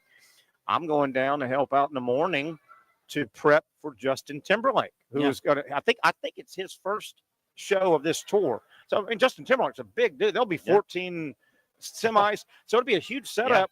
Well, that's Tuesday. Everything's got to get knocked down. Everything's got to reconfigured for. I mean, it's go, man. Because you guys need that to be a hockey arena. Yeah, again. we do. In our building, we got a great working relationship with the folks at Vive Star there. They just lay down the boards on top of the ice and put the stage and stuff on top. But you're right, they got to break it down fast. Boom, boom. Get the glass back up. Get the glass back up. I tell people all the time. A lot of people have no idea, but this next 6 months, I'll tell people all the time. We'll just get talking about something, and the arena will come up or a show. I'll go, there's ice down there. What? So no, that stuff's on top of the. They don't take it out. We're not laying ice down every 24 hours, man. No. And they'll go, what? So you ever realize when you go in, it's pretty cool? Yeah. Look at ice down there. There's ice under there, and they're keeping it frozen. Now, you're right. It is. It's. I think the only time they take it out is when the monster trucks come. I think they take it out then. But I've and I know we're going a little far, but just that's fine. No, my education 2 years ago, I think it was, and the ice actually gets put down, and it'll stay until the end of the season, and then get melted and pushed out. The first time I ever put the ice down, and whatever was going on, generally that's done all night, a night. The crew will show up at 6, 7 o'clock, and I had no idea how the advertisements are done. Right? Yeah. Obviously, you see advertisements all over hockey rinks. Yeah. Are you talking about in the ice? Yes. Yeah. Had no idea. It was the most fascinating thing. I helped put the ice down twice in the last 3 years. I had no idea. Yeah. Obviously, you can't paint McDonald's or Chevrolet or whatever, but it's mesh. A mesh banner. It's a mesh banner. You put water. You put banner, spray, more water, it freezes. Really neat process. But you can't just paint it. I had no idea how they did that. Yeah, and it looks from up high, and if you didn't know that, you'd think, wow, someone had to take the time to paint all that. But no, it is like a mesh banner. And then tip of the hat to the people that really know what they're doing. I'm just a grunt guy down there. It's mapped out. I mean, and it's measured and putting down the center lines and all that stuff. Wait, the face off and all. I don't know if I'm calling it the right stuff. Yeah, the face-off circles. Yep. That huge Iceman logo. Yeah, that's in a couple pieces. Yeah, and man, it's strategically, and it's got to be. Yeah, it's really neat how they do that. Once it's frozen, it's locked in, right? So, absolutely. Yeah, no, they got it is. There's a little bit of pressure involved in that and getting that done. And then the big red circles. Yes, at the face-off circles. There's 4 of those. Yeah, there's 4 of those, and those are done with almost like a. You take those, like, what are those compasses? You put the needle down and put it around. It is all measured out. All measured out. Yeah.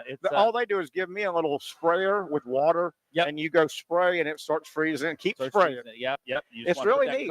It's quite a process. And don't get me started on the Zamboni, how that thing does. And I know. Works. I've been working a long time. I still don't. Can you drive one? But no, I cannot. Have you tried? No, I've not. I probably should. I do not want anything to do. You still have the levers on that thing? There's a lot. There's a lot to it. There really is. It's out of control. All right, let's get out of here. We got Brent Beaird coming on. Thanks. That's my friend Alex Reed. We try and get him on every week. We'll learn up. You're learning me up. No, I love it. We're getting This there. is great. I'm enjoying it. We appreciate it. Thank you. We'll come back, talk some college football with Brent Beaird on the other side.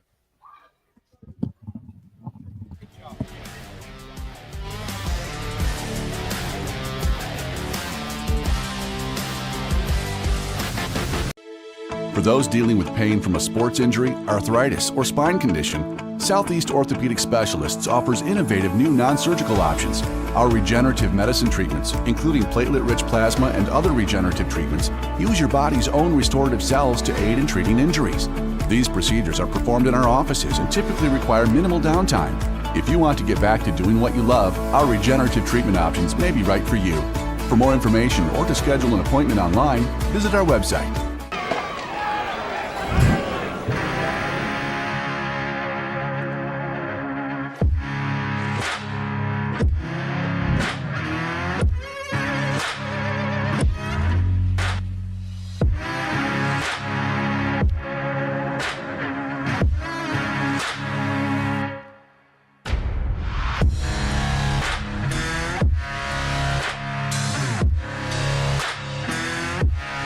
Finally, a family atmosphere, kid-friendly restaurant with a real sports bar feel. Bricks Jack's Beach features all of that and a large, climate-controlled covered patio with misting fans and heaters for all seasons. Mix in an extremely diverse menu that features the most quality and affordable steak at the beach, and there's no reason not to enjoy your next lunch, dinner, happy hour, or big sporting event at Bricks Jack's Beach, 300 2nd Street North in Jacksonville Beach. See you at Bricks Jack's Beach.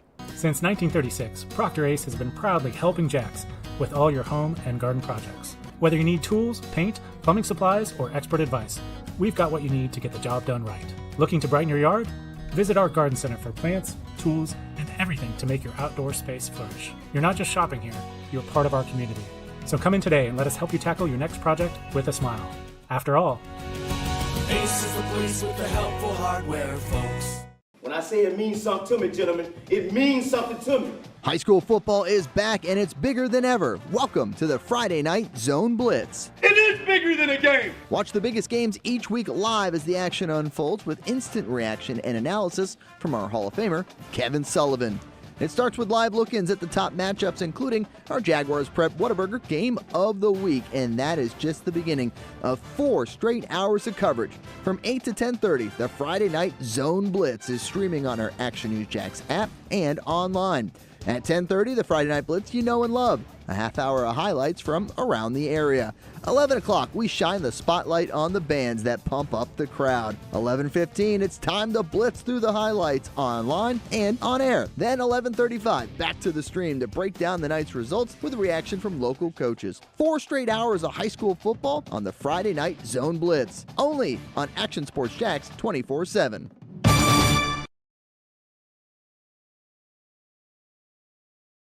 Baker Sports is local sports. Uniforms from Pop Warner and Little League to travel ball, high school, and college. They make you look good. They help you play good. Baker Sports has been helping families make memories that will last a lifetime with their Baker's Buckets. We've got a lot of these filled with baseballs and softballs in the garage. I've been throwing batting practice to Ty and Kaylee for years and also sit on the Baker's Bucket, catching Kaylee while she practices or pitching. Baker Sports is homegrown, and a lot of employees that used to play on local ball fields now work for Baker Sports, now helping you look good, play good, and make memories of your own.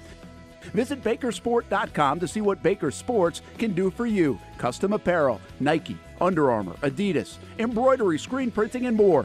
Baker Sports is local sports, from Jacksonville to anywhere in the Southeast. Bakersport.com.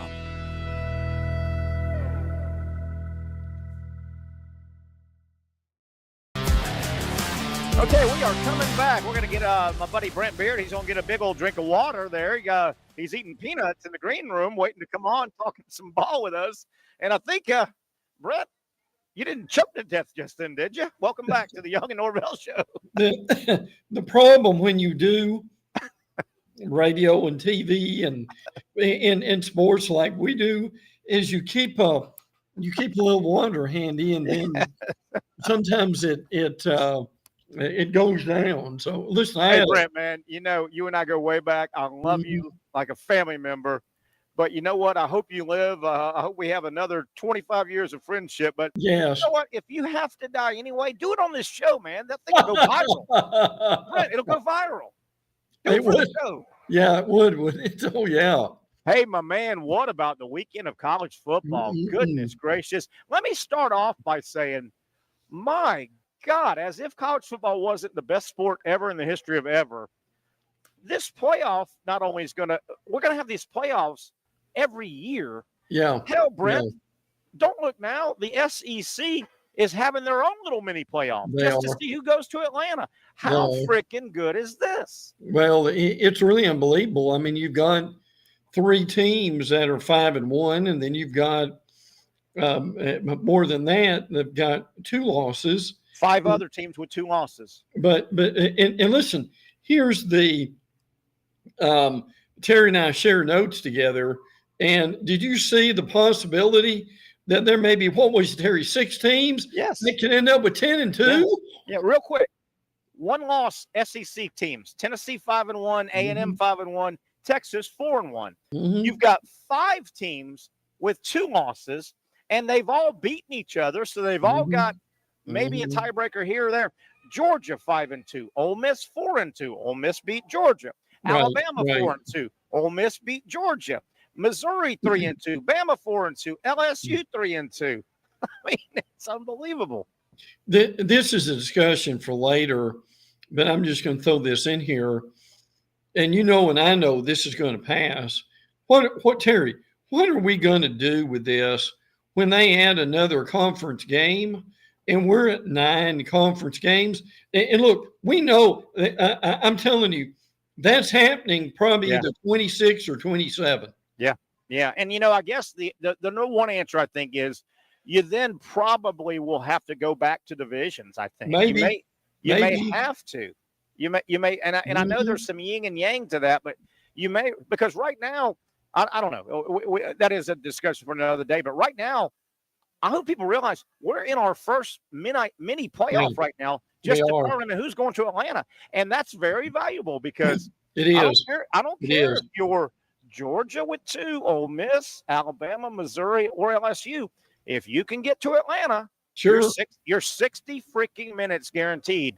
You don't have to worry about the next day poll. You're 60 minutes from going to the playoff, right? Well, let me listen.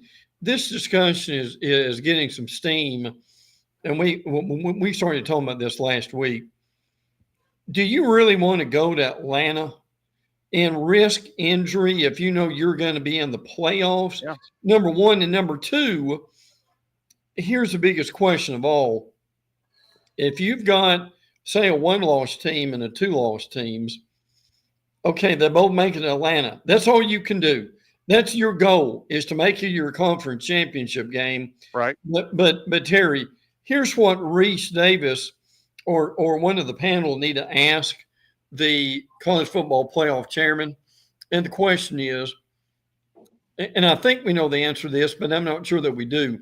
If you go the game, you got 2 losses, you lose a close game, could having 3 losses take you out of the playoffs when your goal is to go to the championship game? Yeah.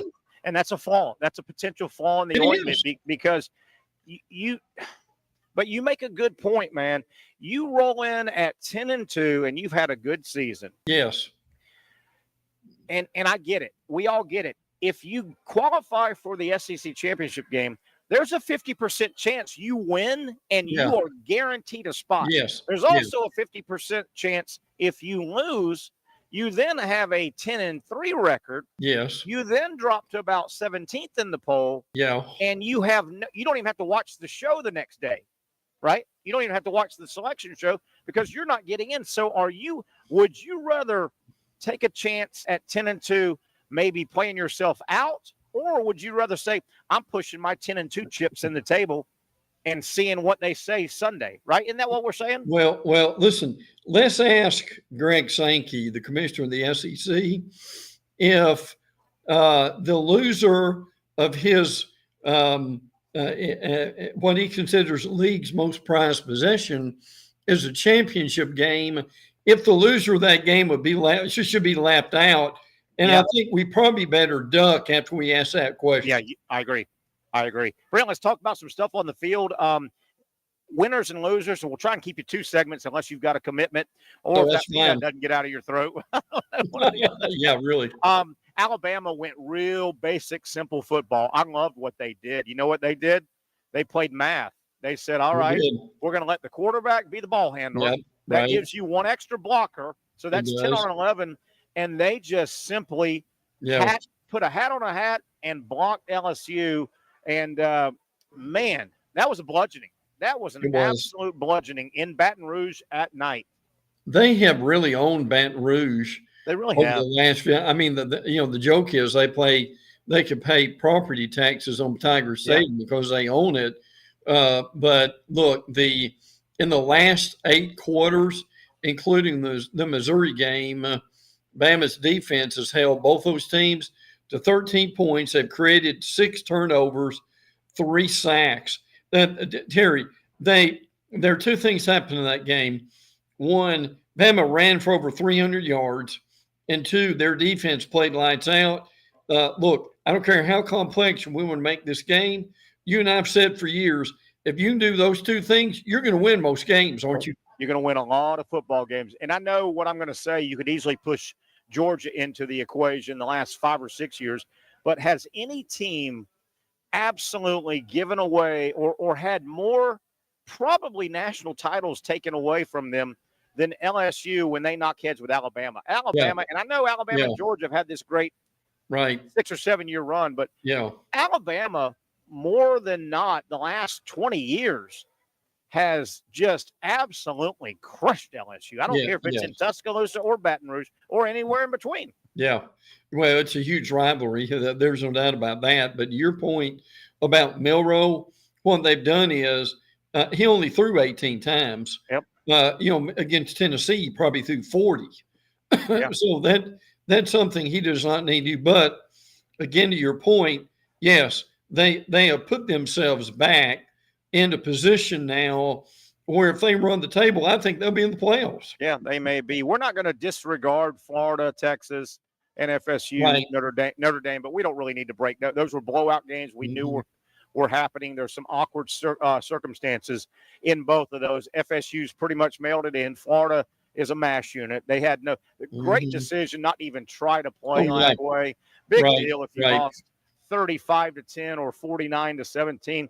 With that though, did Alabama just give Florida a bit of a blueprint? Should Florida just say, "Hey, let's face LSU," and goal number 1 is power run it down their throat if they can't stop us, right? Oh, yeah. Well, and they need some of those guys back on defense too. Terry, listen, you and I could have tackled better than Florida did on Saturday. I mean, look, it looked like it was 2-hand tag. Yeah. And a lot of the Gator linebackers and defensive backs, they did not want to tackle anybody. Yeah. But I mean, I give them credit for what they did at the end. Yeah. Yeah. But Florida, you wonder if they don't just say, "Hey, let's try to do a hat on a hat, snap the ball to the ball carrier, and then see if we can mash it down LSU's throat," kind of like Alabama did. Really did. I don't think you were surprised. You and I both had the feeling it just felt like Ole Miss was going to beat Georgia, and they physically beat up Georgia. That game was worse than 28-10, I think, wasn't it? Not by far. There's no doubt about that. But look, Georgia's disturbing right now. What's going on? Carson Beck is really struggling at this point. They are creating an unbelievable amount of turnovers. Terry, can you believe this? Their wide receivers lead the nation in drops. Unreal. And FSU just fired their wide receiver coach because they couldn't catch a cold. How about Georgia? No. But Ole Miss, that was a nice win. I saw that coming though. I really did. And I'll tell you one thing. There's no reason Tennessee doesn't go into Athens Saturday and win. Yeah, I agree with that. You've got to see more. There are a lot of things going on in Georgia. Agreed. The offensive line's beat up. They're thin at running back. They don't have a real go-to guy. Thought that might be Dom Lovett. I'm not sure that it is. Yeah. But they really missed Brock Bowers and Ladd McConkey. Really do. Now their defense is still playing well.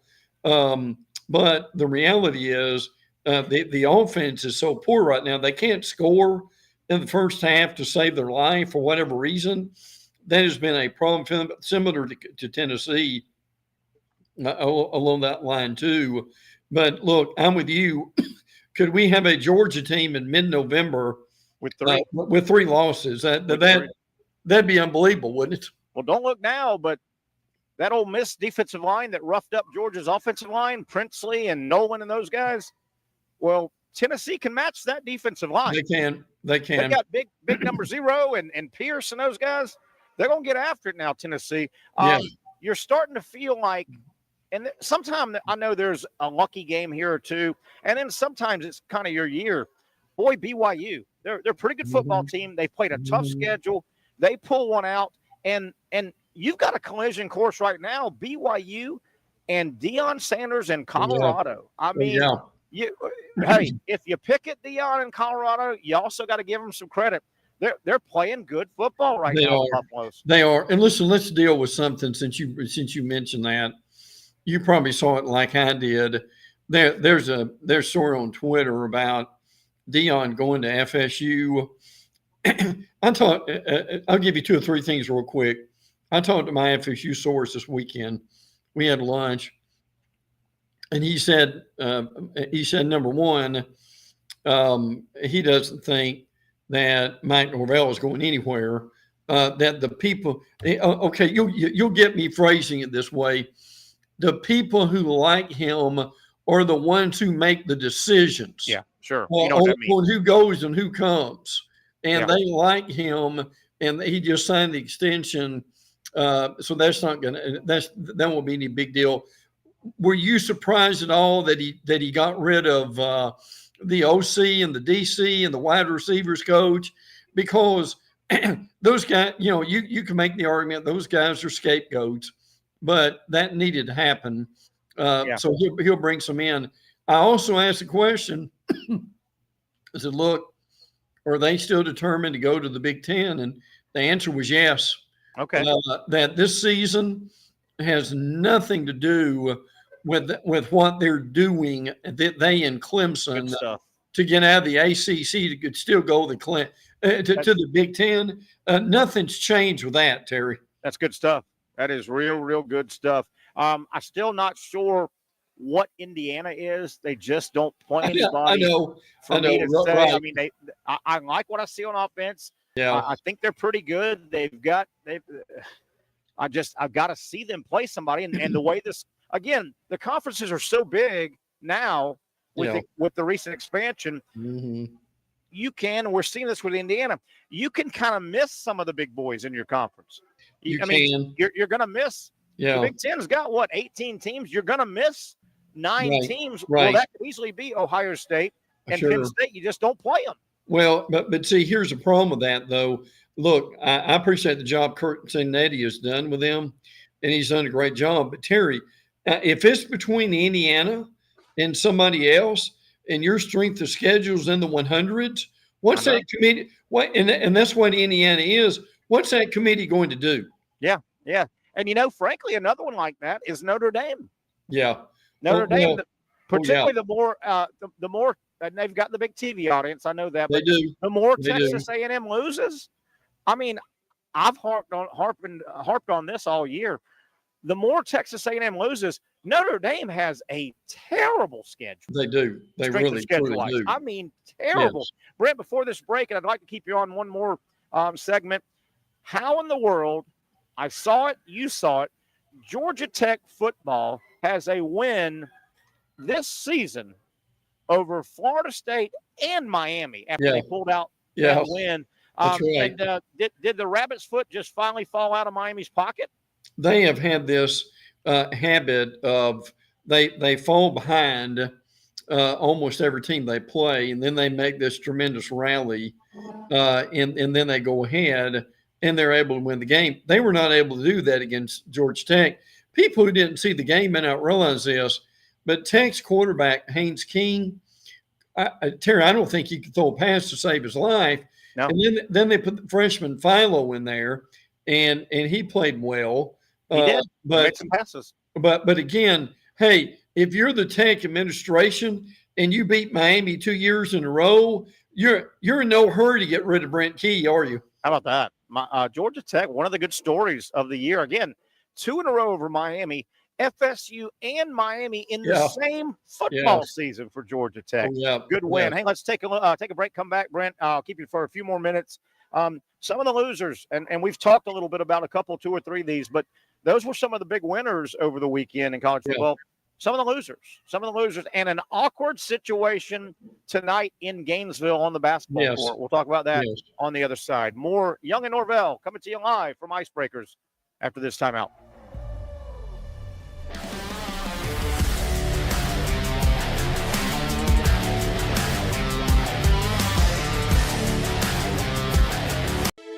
For those dealing with pain from a sports injury, arthritis, or spine condition, Southeast Orthopedic Specialists offers innovative new non-surgical options. Our regenerative medicine treatments, including platelet-rich plasma and other regenerative treatments, use your body's own restorative cells to aid in treating injuries. These procedures are performed in our offices and typically require minimal downtime. If you want to get back to doing what you love, our regenerative treatment options may be right for you. For more information or to schedule an appointment online, visit our website.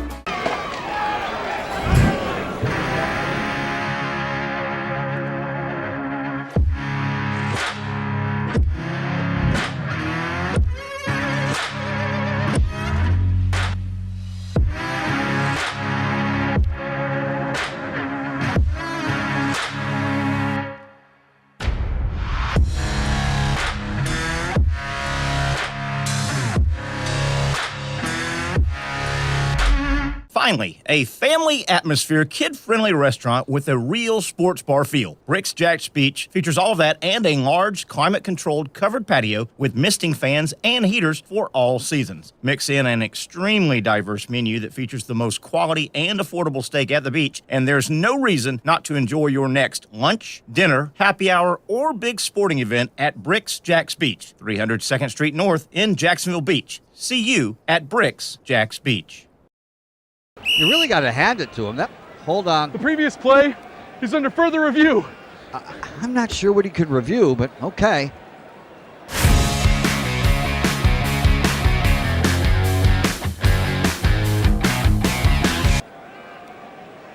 Sure has been a while. Dine in at Hurricane Grill and Wings for the football season. Well, there he is. Oh, what is that?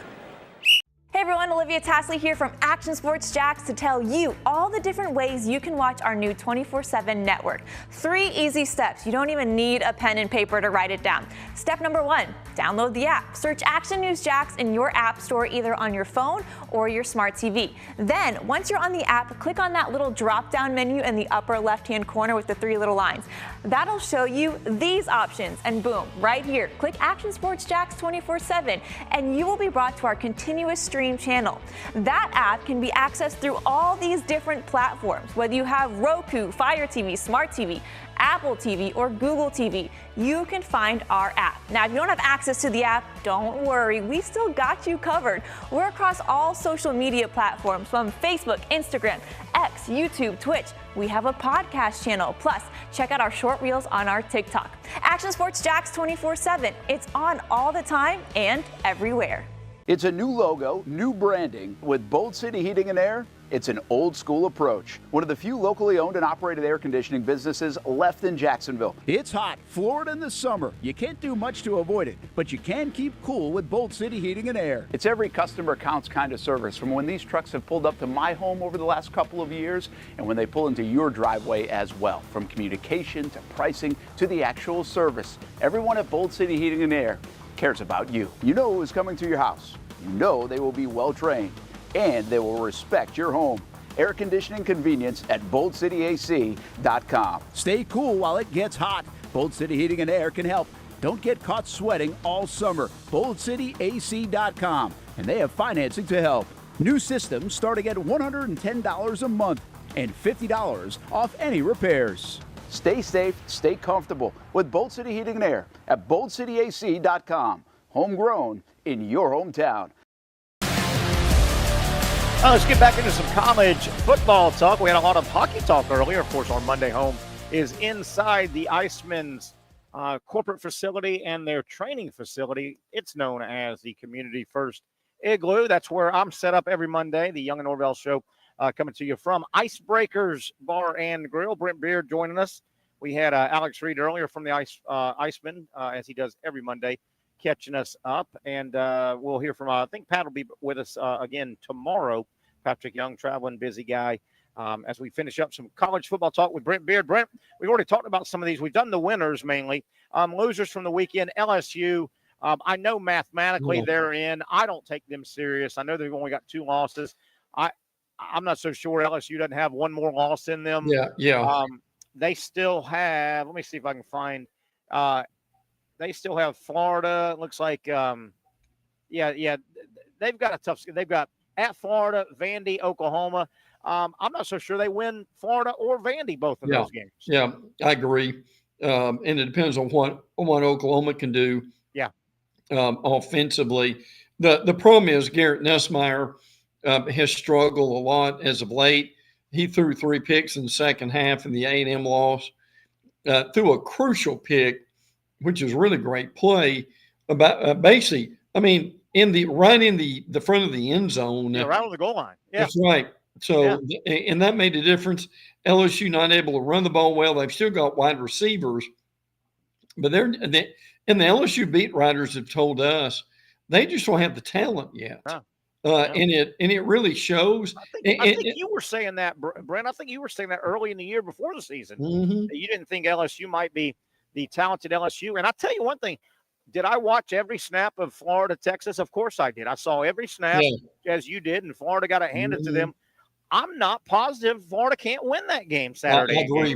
I agree with that because the mental aspect for LSU now, in particular, Terry, is Nussmeier seeing ghost at this point? I think he is. When he drops back and throws? I really think he is. I don't know what to make of Georgia. They're sitting at 5-2. We're talking about some of the losers from the weekend. Of course, Georgia, the tough loss in Oxford, but most of us saw coming. I mean, Georgia, they're 5-2. They only have 1 conference game left, but it's Tennessee. And I'm almost positive I'm picking Tennessee to win that game in Athens. Tennessee is rarely allowed any team to score 20 points or more this year. And that makes a difference. Terry, Carson Beck, we talked about this a little bit last week. Right now, the footwork's not good. He's not seeing the field. He's not seeing the defense. And frankly, that's a problem. But we talked about the fact they've got a lot of injuries. And I still think their defense is really good. And that's going to keep them in any game. The game's at home. Yeah. With that. But but they are just not, they're not as, I mean, you still got Mikael Williams, Malachi Starks. You still got guys like that who have really played well. But right now, and I guess my question is, and I don't want to pick on him with this, but you'll get this. What does he do with Beck? I mean, he was asked today, if people haven't seen this, have you considered making a quarterback change or at least putting somebody else in? And he said, absolutely not, as you thought, if you would think. Sure. Kirby would say, but here's my question to you, Terry. If they took him out and just said, Carson, look, we're going to take you out for a series. We're going to put Gunnar Stockton in. Just watch the field, see where this goes, and then we'll put you back in. Would that help him, I wonder? It might. It's rolling the dice. It might. Beck has always looked robotic and stiff to me. And I know he's thrown a lot of high school touchdown passes, and he's been good at times in college. He's always looked stiff to me. And don't forget and I don't care what these guys I'm going to bring up. I don't care what they did or didn't do in the NFL. That matters not. No. Georgia, the last at least 6 years, has been able to have big-time quality college quarterback play. I think people forget Stetson Bennett made the throws and made the plays. He did. Jake Fromm, I don't care what you say about his NFL career, Jake Fromm in college made the throws and made the plays, and he brought a calmness to his team. Yeah. Georgia hasn't had to worry about, is the ball going to get out on time and go to the right guy in a half a dozen years? Yeah, and they do now. And they do now. Yeah, but see, you've had Trevor Etienne with a rib injury, Nate Frazier's a freshman, and when those guys are healthy, I mean they're good and they're a big help with that too. But no, that this is a man alive, Terry. This is easily the biggest game for Tennessee in quite a while. This game is, I don't mean to cut you off, Brent. This game, this coming Saturday for Tennessee reminds me of last Saturday.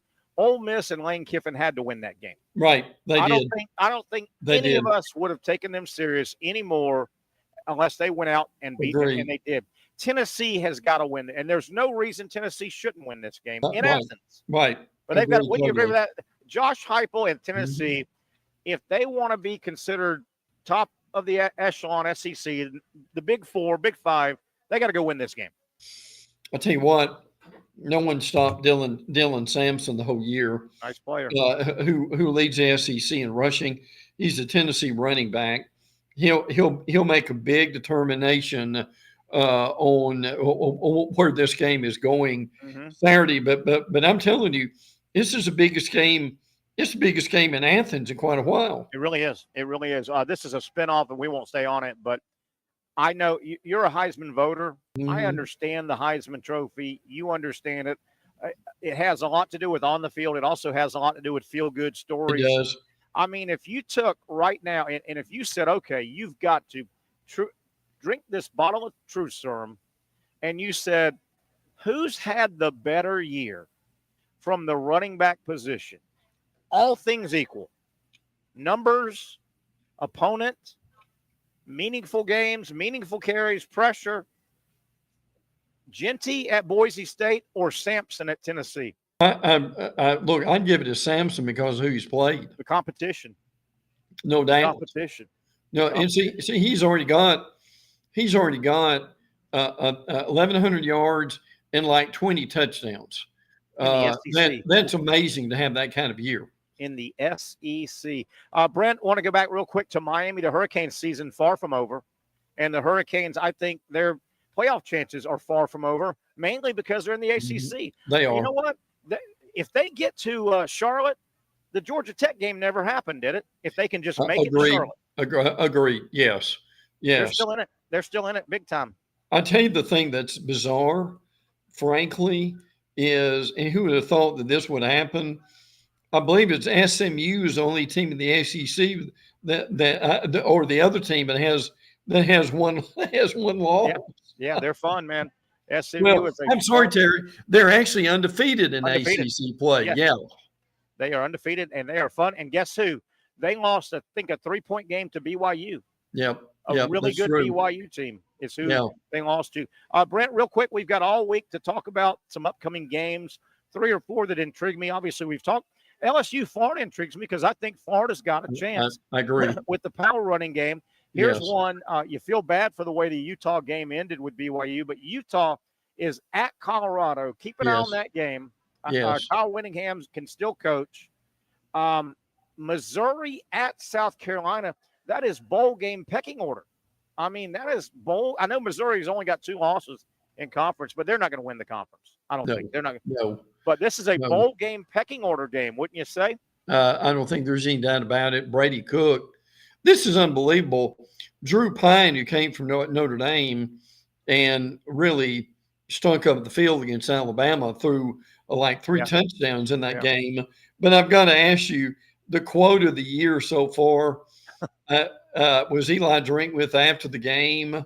This will be real disappointing to Bob Stoops, but OU doesn't always whip Missouri's ass. He added that Sooner coaches, past and present, stirred it up real good over the summer, but our guys were ready. Nice. Now, Terry, is that a Steve Spurrier-esque quote? Almost verbatim, isn't it? And that's not a guy feeling salty one week. That's who Drinkwitz is. It is. I mean, he comes out firing, and he's all about his side, and it's our side against the world. It is. And now, let me throw this caveat in here. Now, Drinkwitz wants the Florida job, by the way. Yeah. And he would walk to Gainesville to get it. Is this kind of a mad scientist approach? Maybe. Of getting Gator fans? Well, he sounds just like Spurrier. I'll bring your guy back. Hey, we'll let you out of here on this, Brent. We got all week to talk about some of these games I just mentioned. I'll tell you, maybe the best game on paper, and I think this thing is going to be an absolute war, is in Arkansas. Arkansas is hosting Texas, and these guys don't play much. They used to play all the time. Right. They don't like each other, and Sam Pittman and the boys are going to be ready for that. That's going to be a hellacious, snot-knocking game. Yeah. Arkansas was off last week, and can you imagine the scheming that Bobby Petrino has done for this game? Green at quarterback. If they can run the ball, that's going to make a big difference. Now, can Arkansas control these Texas wide receivers and the running backs? But I appreciate you bringing that up. There's no doubt about it. Terry, besides Georgia and Tennessee, is that the second best game of the week? Got to be. It's got to be. By the way, Texas 4-1 in conference play. They're at Arkansas, Kentucky, and then they close at A&M. So Texas cannot afford to lose to Arkansas and then lose Thanksgiving night. I think that game is at A&M. Ooh, God dang, the SEC is good, isn't it? It really is. It's just amazing. It is good stuff. All right, Brent, let me let you go. I appreciate you, and we'll visit 2 or 3 more times this week. Yeah, hopefully we'll be together about midweek and catch up then, okay? You got it. It's my buddy Brent Beaird, knows college football, college sports as well as anyone. We got out of here. 2 quick things before we take a break, final break. Gator basketball tonight. It'll be an awkward game tonight. Todd Golden will coach. He is still in place, according to a press release out of Gainesville. They play Grambling tonight. That's kind of the secondary story. This stuff that broke on Friday, the allegations of a sexual nature against Todd Golden. He seems to be lawyering up himself. He's got a lawyer and is going to kind of approach it from a defamation standpoint, but he's still the coach. I'm sure Florida's a little worried.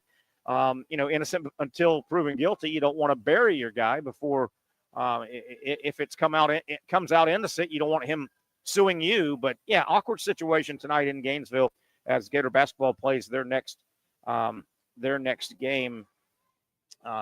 And just wanted to get that out. Also, Mike Rourke, Sergeant Rourke, Gabby Rourke. She was on our show over the summer. Very, very accomplished female high school athlete out of our area. She had multiple offers for multiple sports in multiple schools. She took Kentucky soccer, and Kentucky, the Wildcats having a good year. SEC from the SEC, Kentucky 11-4. They open up soccer, NCAA soccer tournament action. First round, they will host West Virginia, 12-5-2. So all the girls and teams from the SEC, we wish luck, as soccer, that's one of those early sports, man. They start playing in August, a lot of times before school starts. So soccer, women's soccer, is starting to wind down. Good luck to Gabby's team, the Kentucky Wildcats. That's a 7 o'clock Friday game. 7 o'clock Friday, Kentucky, West Virginia. Break time. Let's come back, wrap things up. Been a busy Monday. We knew it would be. Ton of football to review, and still more coming down the pipe. We'll talk about that and a whole lot more. The Young Norvelle Show continues. Final segment from Icebreakers Bar and Grill.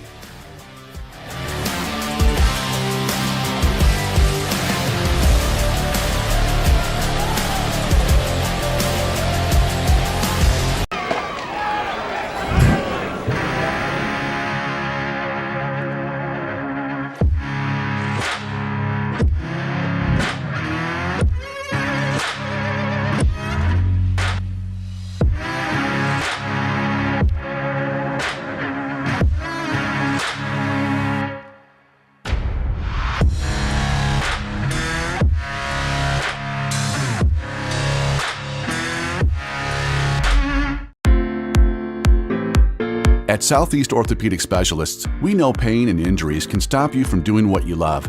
This is why our board-certified orthopedic specialists offer the latest in both non-surgical and surgical treatment options and create a treatment plan tailored to your unique lifestyle and goals. So, whether it is a sports injury or that nagging pain that's keeping you from doing what you love, our team has the right treatment for you. For more information or to schedule an appointment online, visit our website. Finally, a family atmosphere, kid-friendly restaurant with a real sports bar feel. Bricks Jack's Beach features all of that and a large, climate-controlled covered patio with misting fans and heaters for all seasons. Mix in an extremely diverse menu that features the most quality and affordable steak at the beach, and there's no reason not to enjoy your next lunch, dinner, happy hour, or big sporting event at Bricks Jack's Beach, 300 2nd Street North in Jacksonville Beach. See you at Bricks Jack's Beach. You really got to hand it to him. Hold on. The previous play is under further review. I'm not sure what he could review, but okay.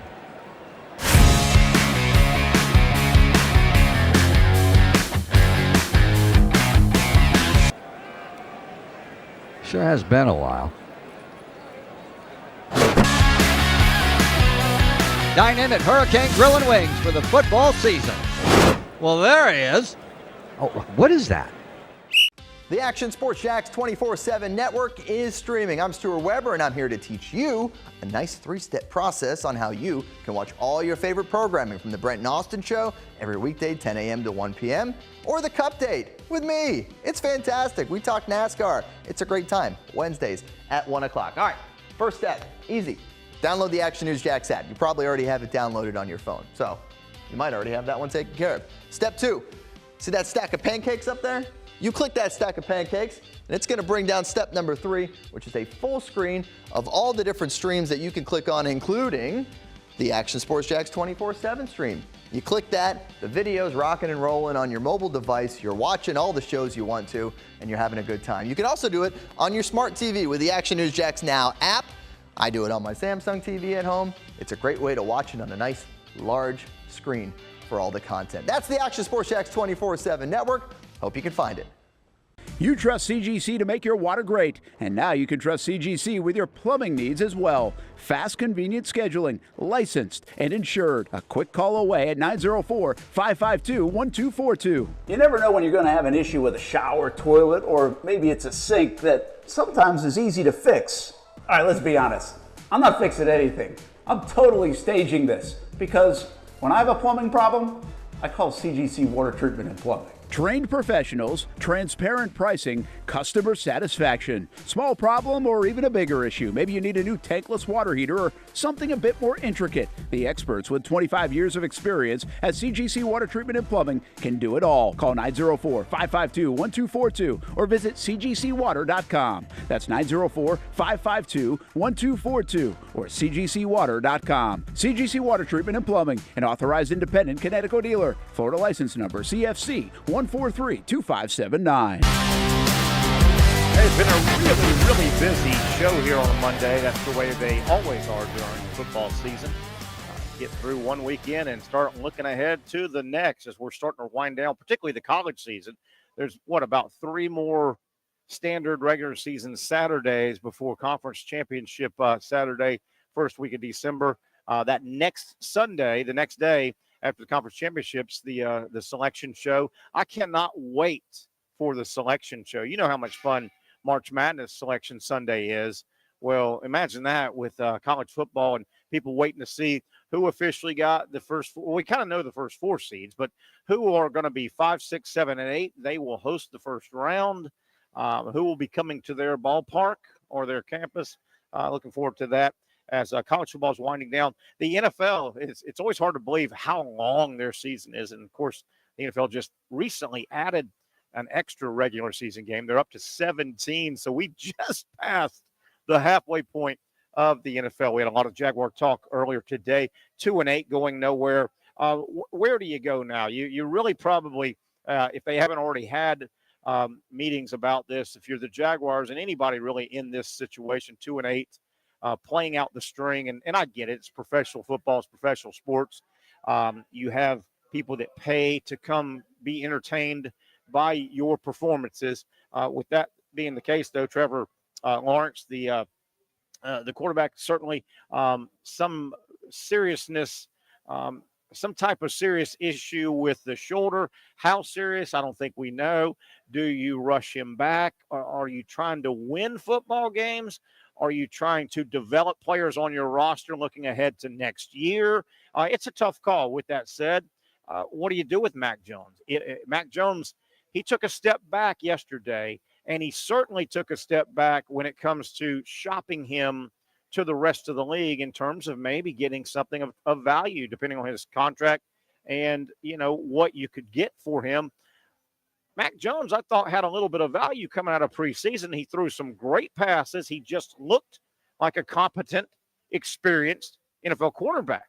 Yesterday, not so much. He really had a bad day. Now, the Jaguars, did they get to 150? I don't know if they busted 150 total yards. It wasn't all his fault. But Mac Jones took a step back. And his thought process, Mac Jones knows what the league's about now. He started almost 50 games in the league. Mac Jones knows he might have one more chance to go be somebody's real permanent starting quarterback. A lot of things have to break. And you may say, well, Terry, started yesterday. Well, no, that's fill in. That's a circumstance situation. Mac Jones, these are important games for Mac Jones. He's going to make a nice living the next 10 years, no matter what, even if it's just holding a clipboard. But Mac Jones is a competitor. He wants to be somebody's quarterback, first string, run the team, and he knows he's got to put some good stuff on tape right now. He's got a couple more games, max probably. Even if he gets handed the rest of the year, he's got to look better than he did. Where do the Jaguars go? What's their philosophy? We'll see it play out. Brent, Beaird, and I were so busy with a lot of college football from this past weekend, and we peeked ahead. We didn't get deep into the Florida State situation, but yeah, Mike Norvelle. Well, if you wonder, is he on the hot seat next year? He's not on the hot seat this year. FSU, they're going to win one more game at least. They're going to beat Charleston Southern, so they'll get 2 wins. It's going to be a 2-10 season probably, and that is if Florida can go into Tallahassee and beat FSU. Not on the hot seat this year. 2-10 even is not the hot seat, but he just fired his offensive coordinator. He just fired his defensive coordinator. He just fired his wide receiver coach because Florida State has dropped more passes than anybody, it seems like. That right there tells you he is on a hot seat next year. You can't fire those 3 lieutenants. I mean, you can only fire so many guys. And he's using his fire guys' bullets in his gun right now. He will be on the hot seat next year. And don't forget, we got plenty of time to talk about this. Don't look now. FSU opens up next year. They're opening up their stadium by inviting the Alabama Crimson Tide in. So some big doings around the Florida State football program. We talked a lot. We'll get into this as we go. There are some 8 teams in the SEC right now. 8 of the teams in the conference of the 16 have either 1 or 2 conference losses. Remember. I think most people have figured this out or know this, but the Southeastern Conference is not in divisions anymore. It's just one big 1 through 16. And how do they determine who goes to Atlanta? The 2 highest ranked teams. The 2 highest ranked teams, if there are 2 tied or 3 tied or 4 tied, there's a tiebreaker system. Head-to-head's 1, and then it kind of does the standard stuff. But the 2 highest ranked teams go to Atlanta. There are no win the East, win the West. Those have been wiped out. It's 1 through 16. So with that, there are 8 teams within a game of each other. A lot of football left to be played in a lot of different areas. Tennessee 5-1, Texas A&M 5-1, Texas 4-1, and those guys don't play each other. They don't play each other in the regular season in terms of all 3 of them. So, man, oh, man, what'll help break that up if it was those 3? A&M does play Texas in a few weeks. Tennessee's got at Georgia, at Vandy, conference-wise. A&M, at Auburn, and then Texas. Texas, at Arkansas, tough game, Kentucky, and at A&M. I think Texas has got the toughest road of those three right now. And then you've got just a mishmash: 2-loss Georgia, 2-loss Ole Miss, 2-loss Alabama, 2-loss Missouri, 2-loss LSU. And then look at some of those teams right there.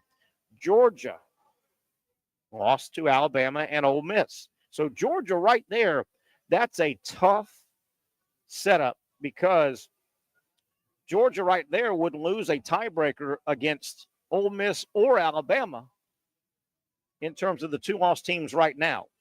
So Georgia's got a long ways to go. Tennessee has got 2 tough road games.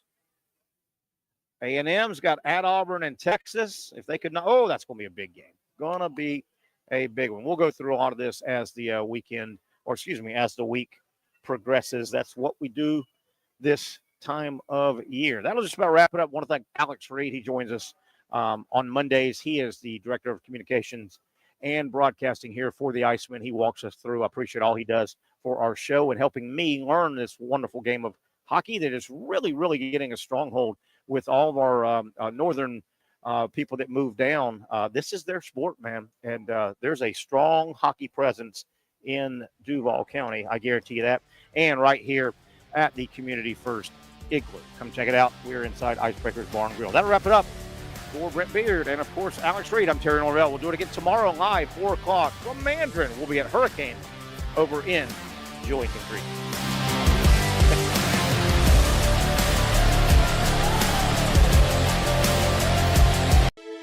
For those dealing with pain from a sports injury, arthritis, or spine condition, Southeast Orthopedic Specialists offers innovative new non-surgical options.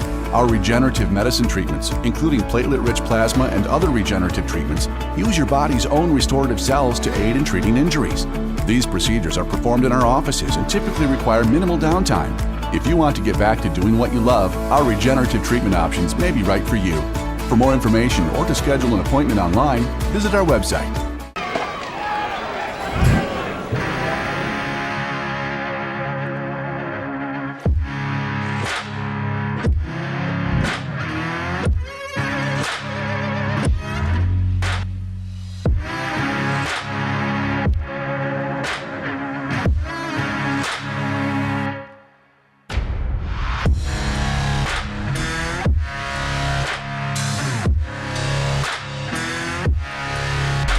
Finally, a family atmosphere, kid-friendly restaurant with a real sports bar feel. Bricks Jack's Beach features all of that and a large, climate-controlled covered patio with misting fans and heaters for all seasons. Mix in an extremely diverse menu that features the most quality and affordable steak at the beach, and there's no reason not to enjoy your next lunch, dinner, happy hour, or big sporting event at Bricks Jack's Beach, 300 2nd Street North in Jacksonville Beach. See you at Bricks Jack's Beach. You really got to hand it to him. Hold on. The previous play is under further review. I'm not sure what he could review, but okay.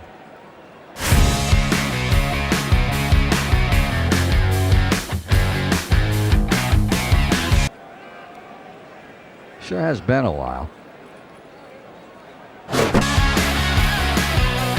Dine in at Hurricane Grill and Wings for the football season. Well, there he is. Oh, what is that?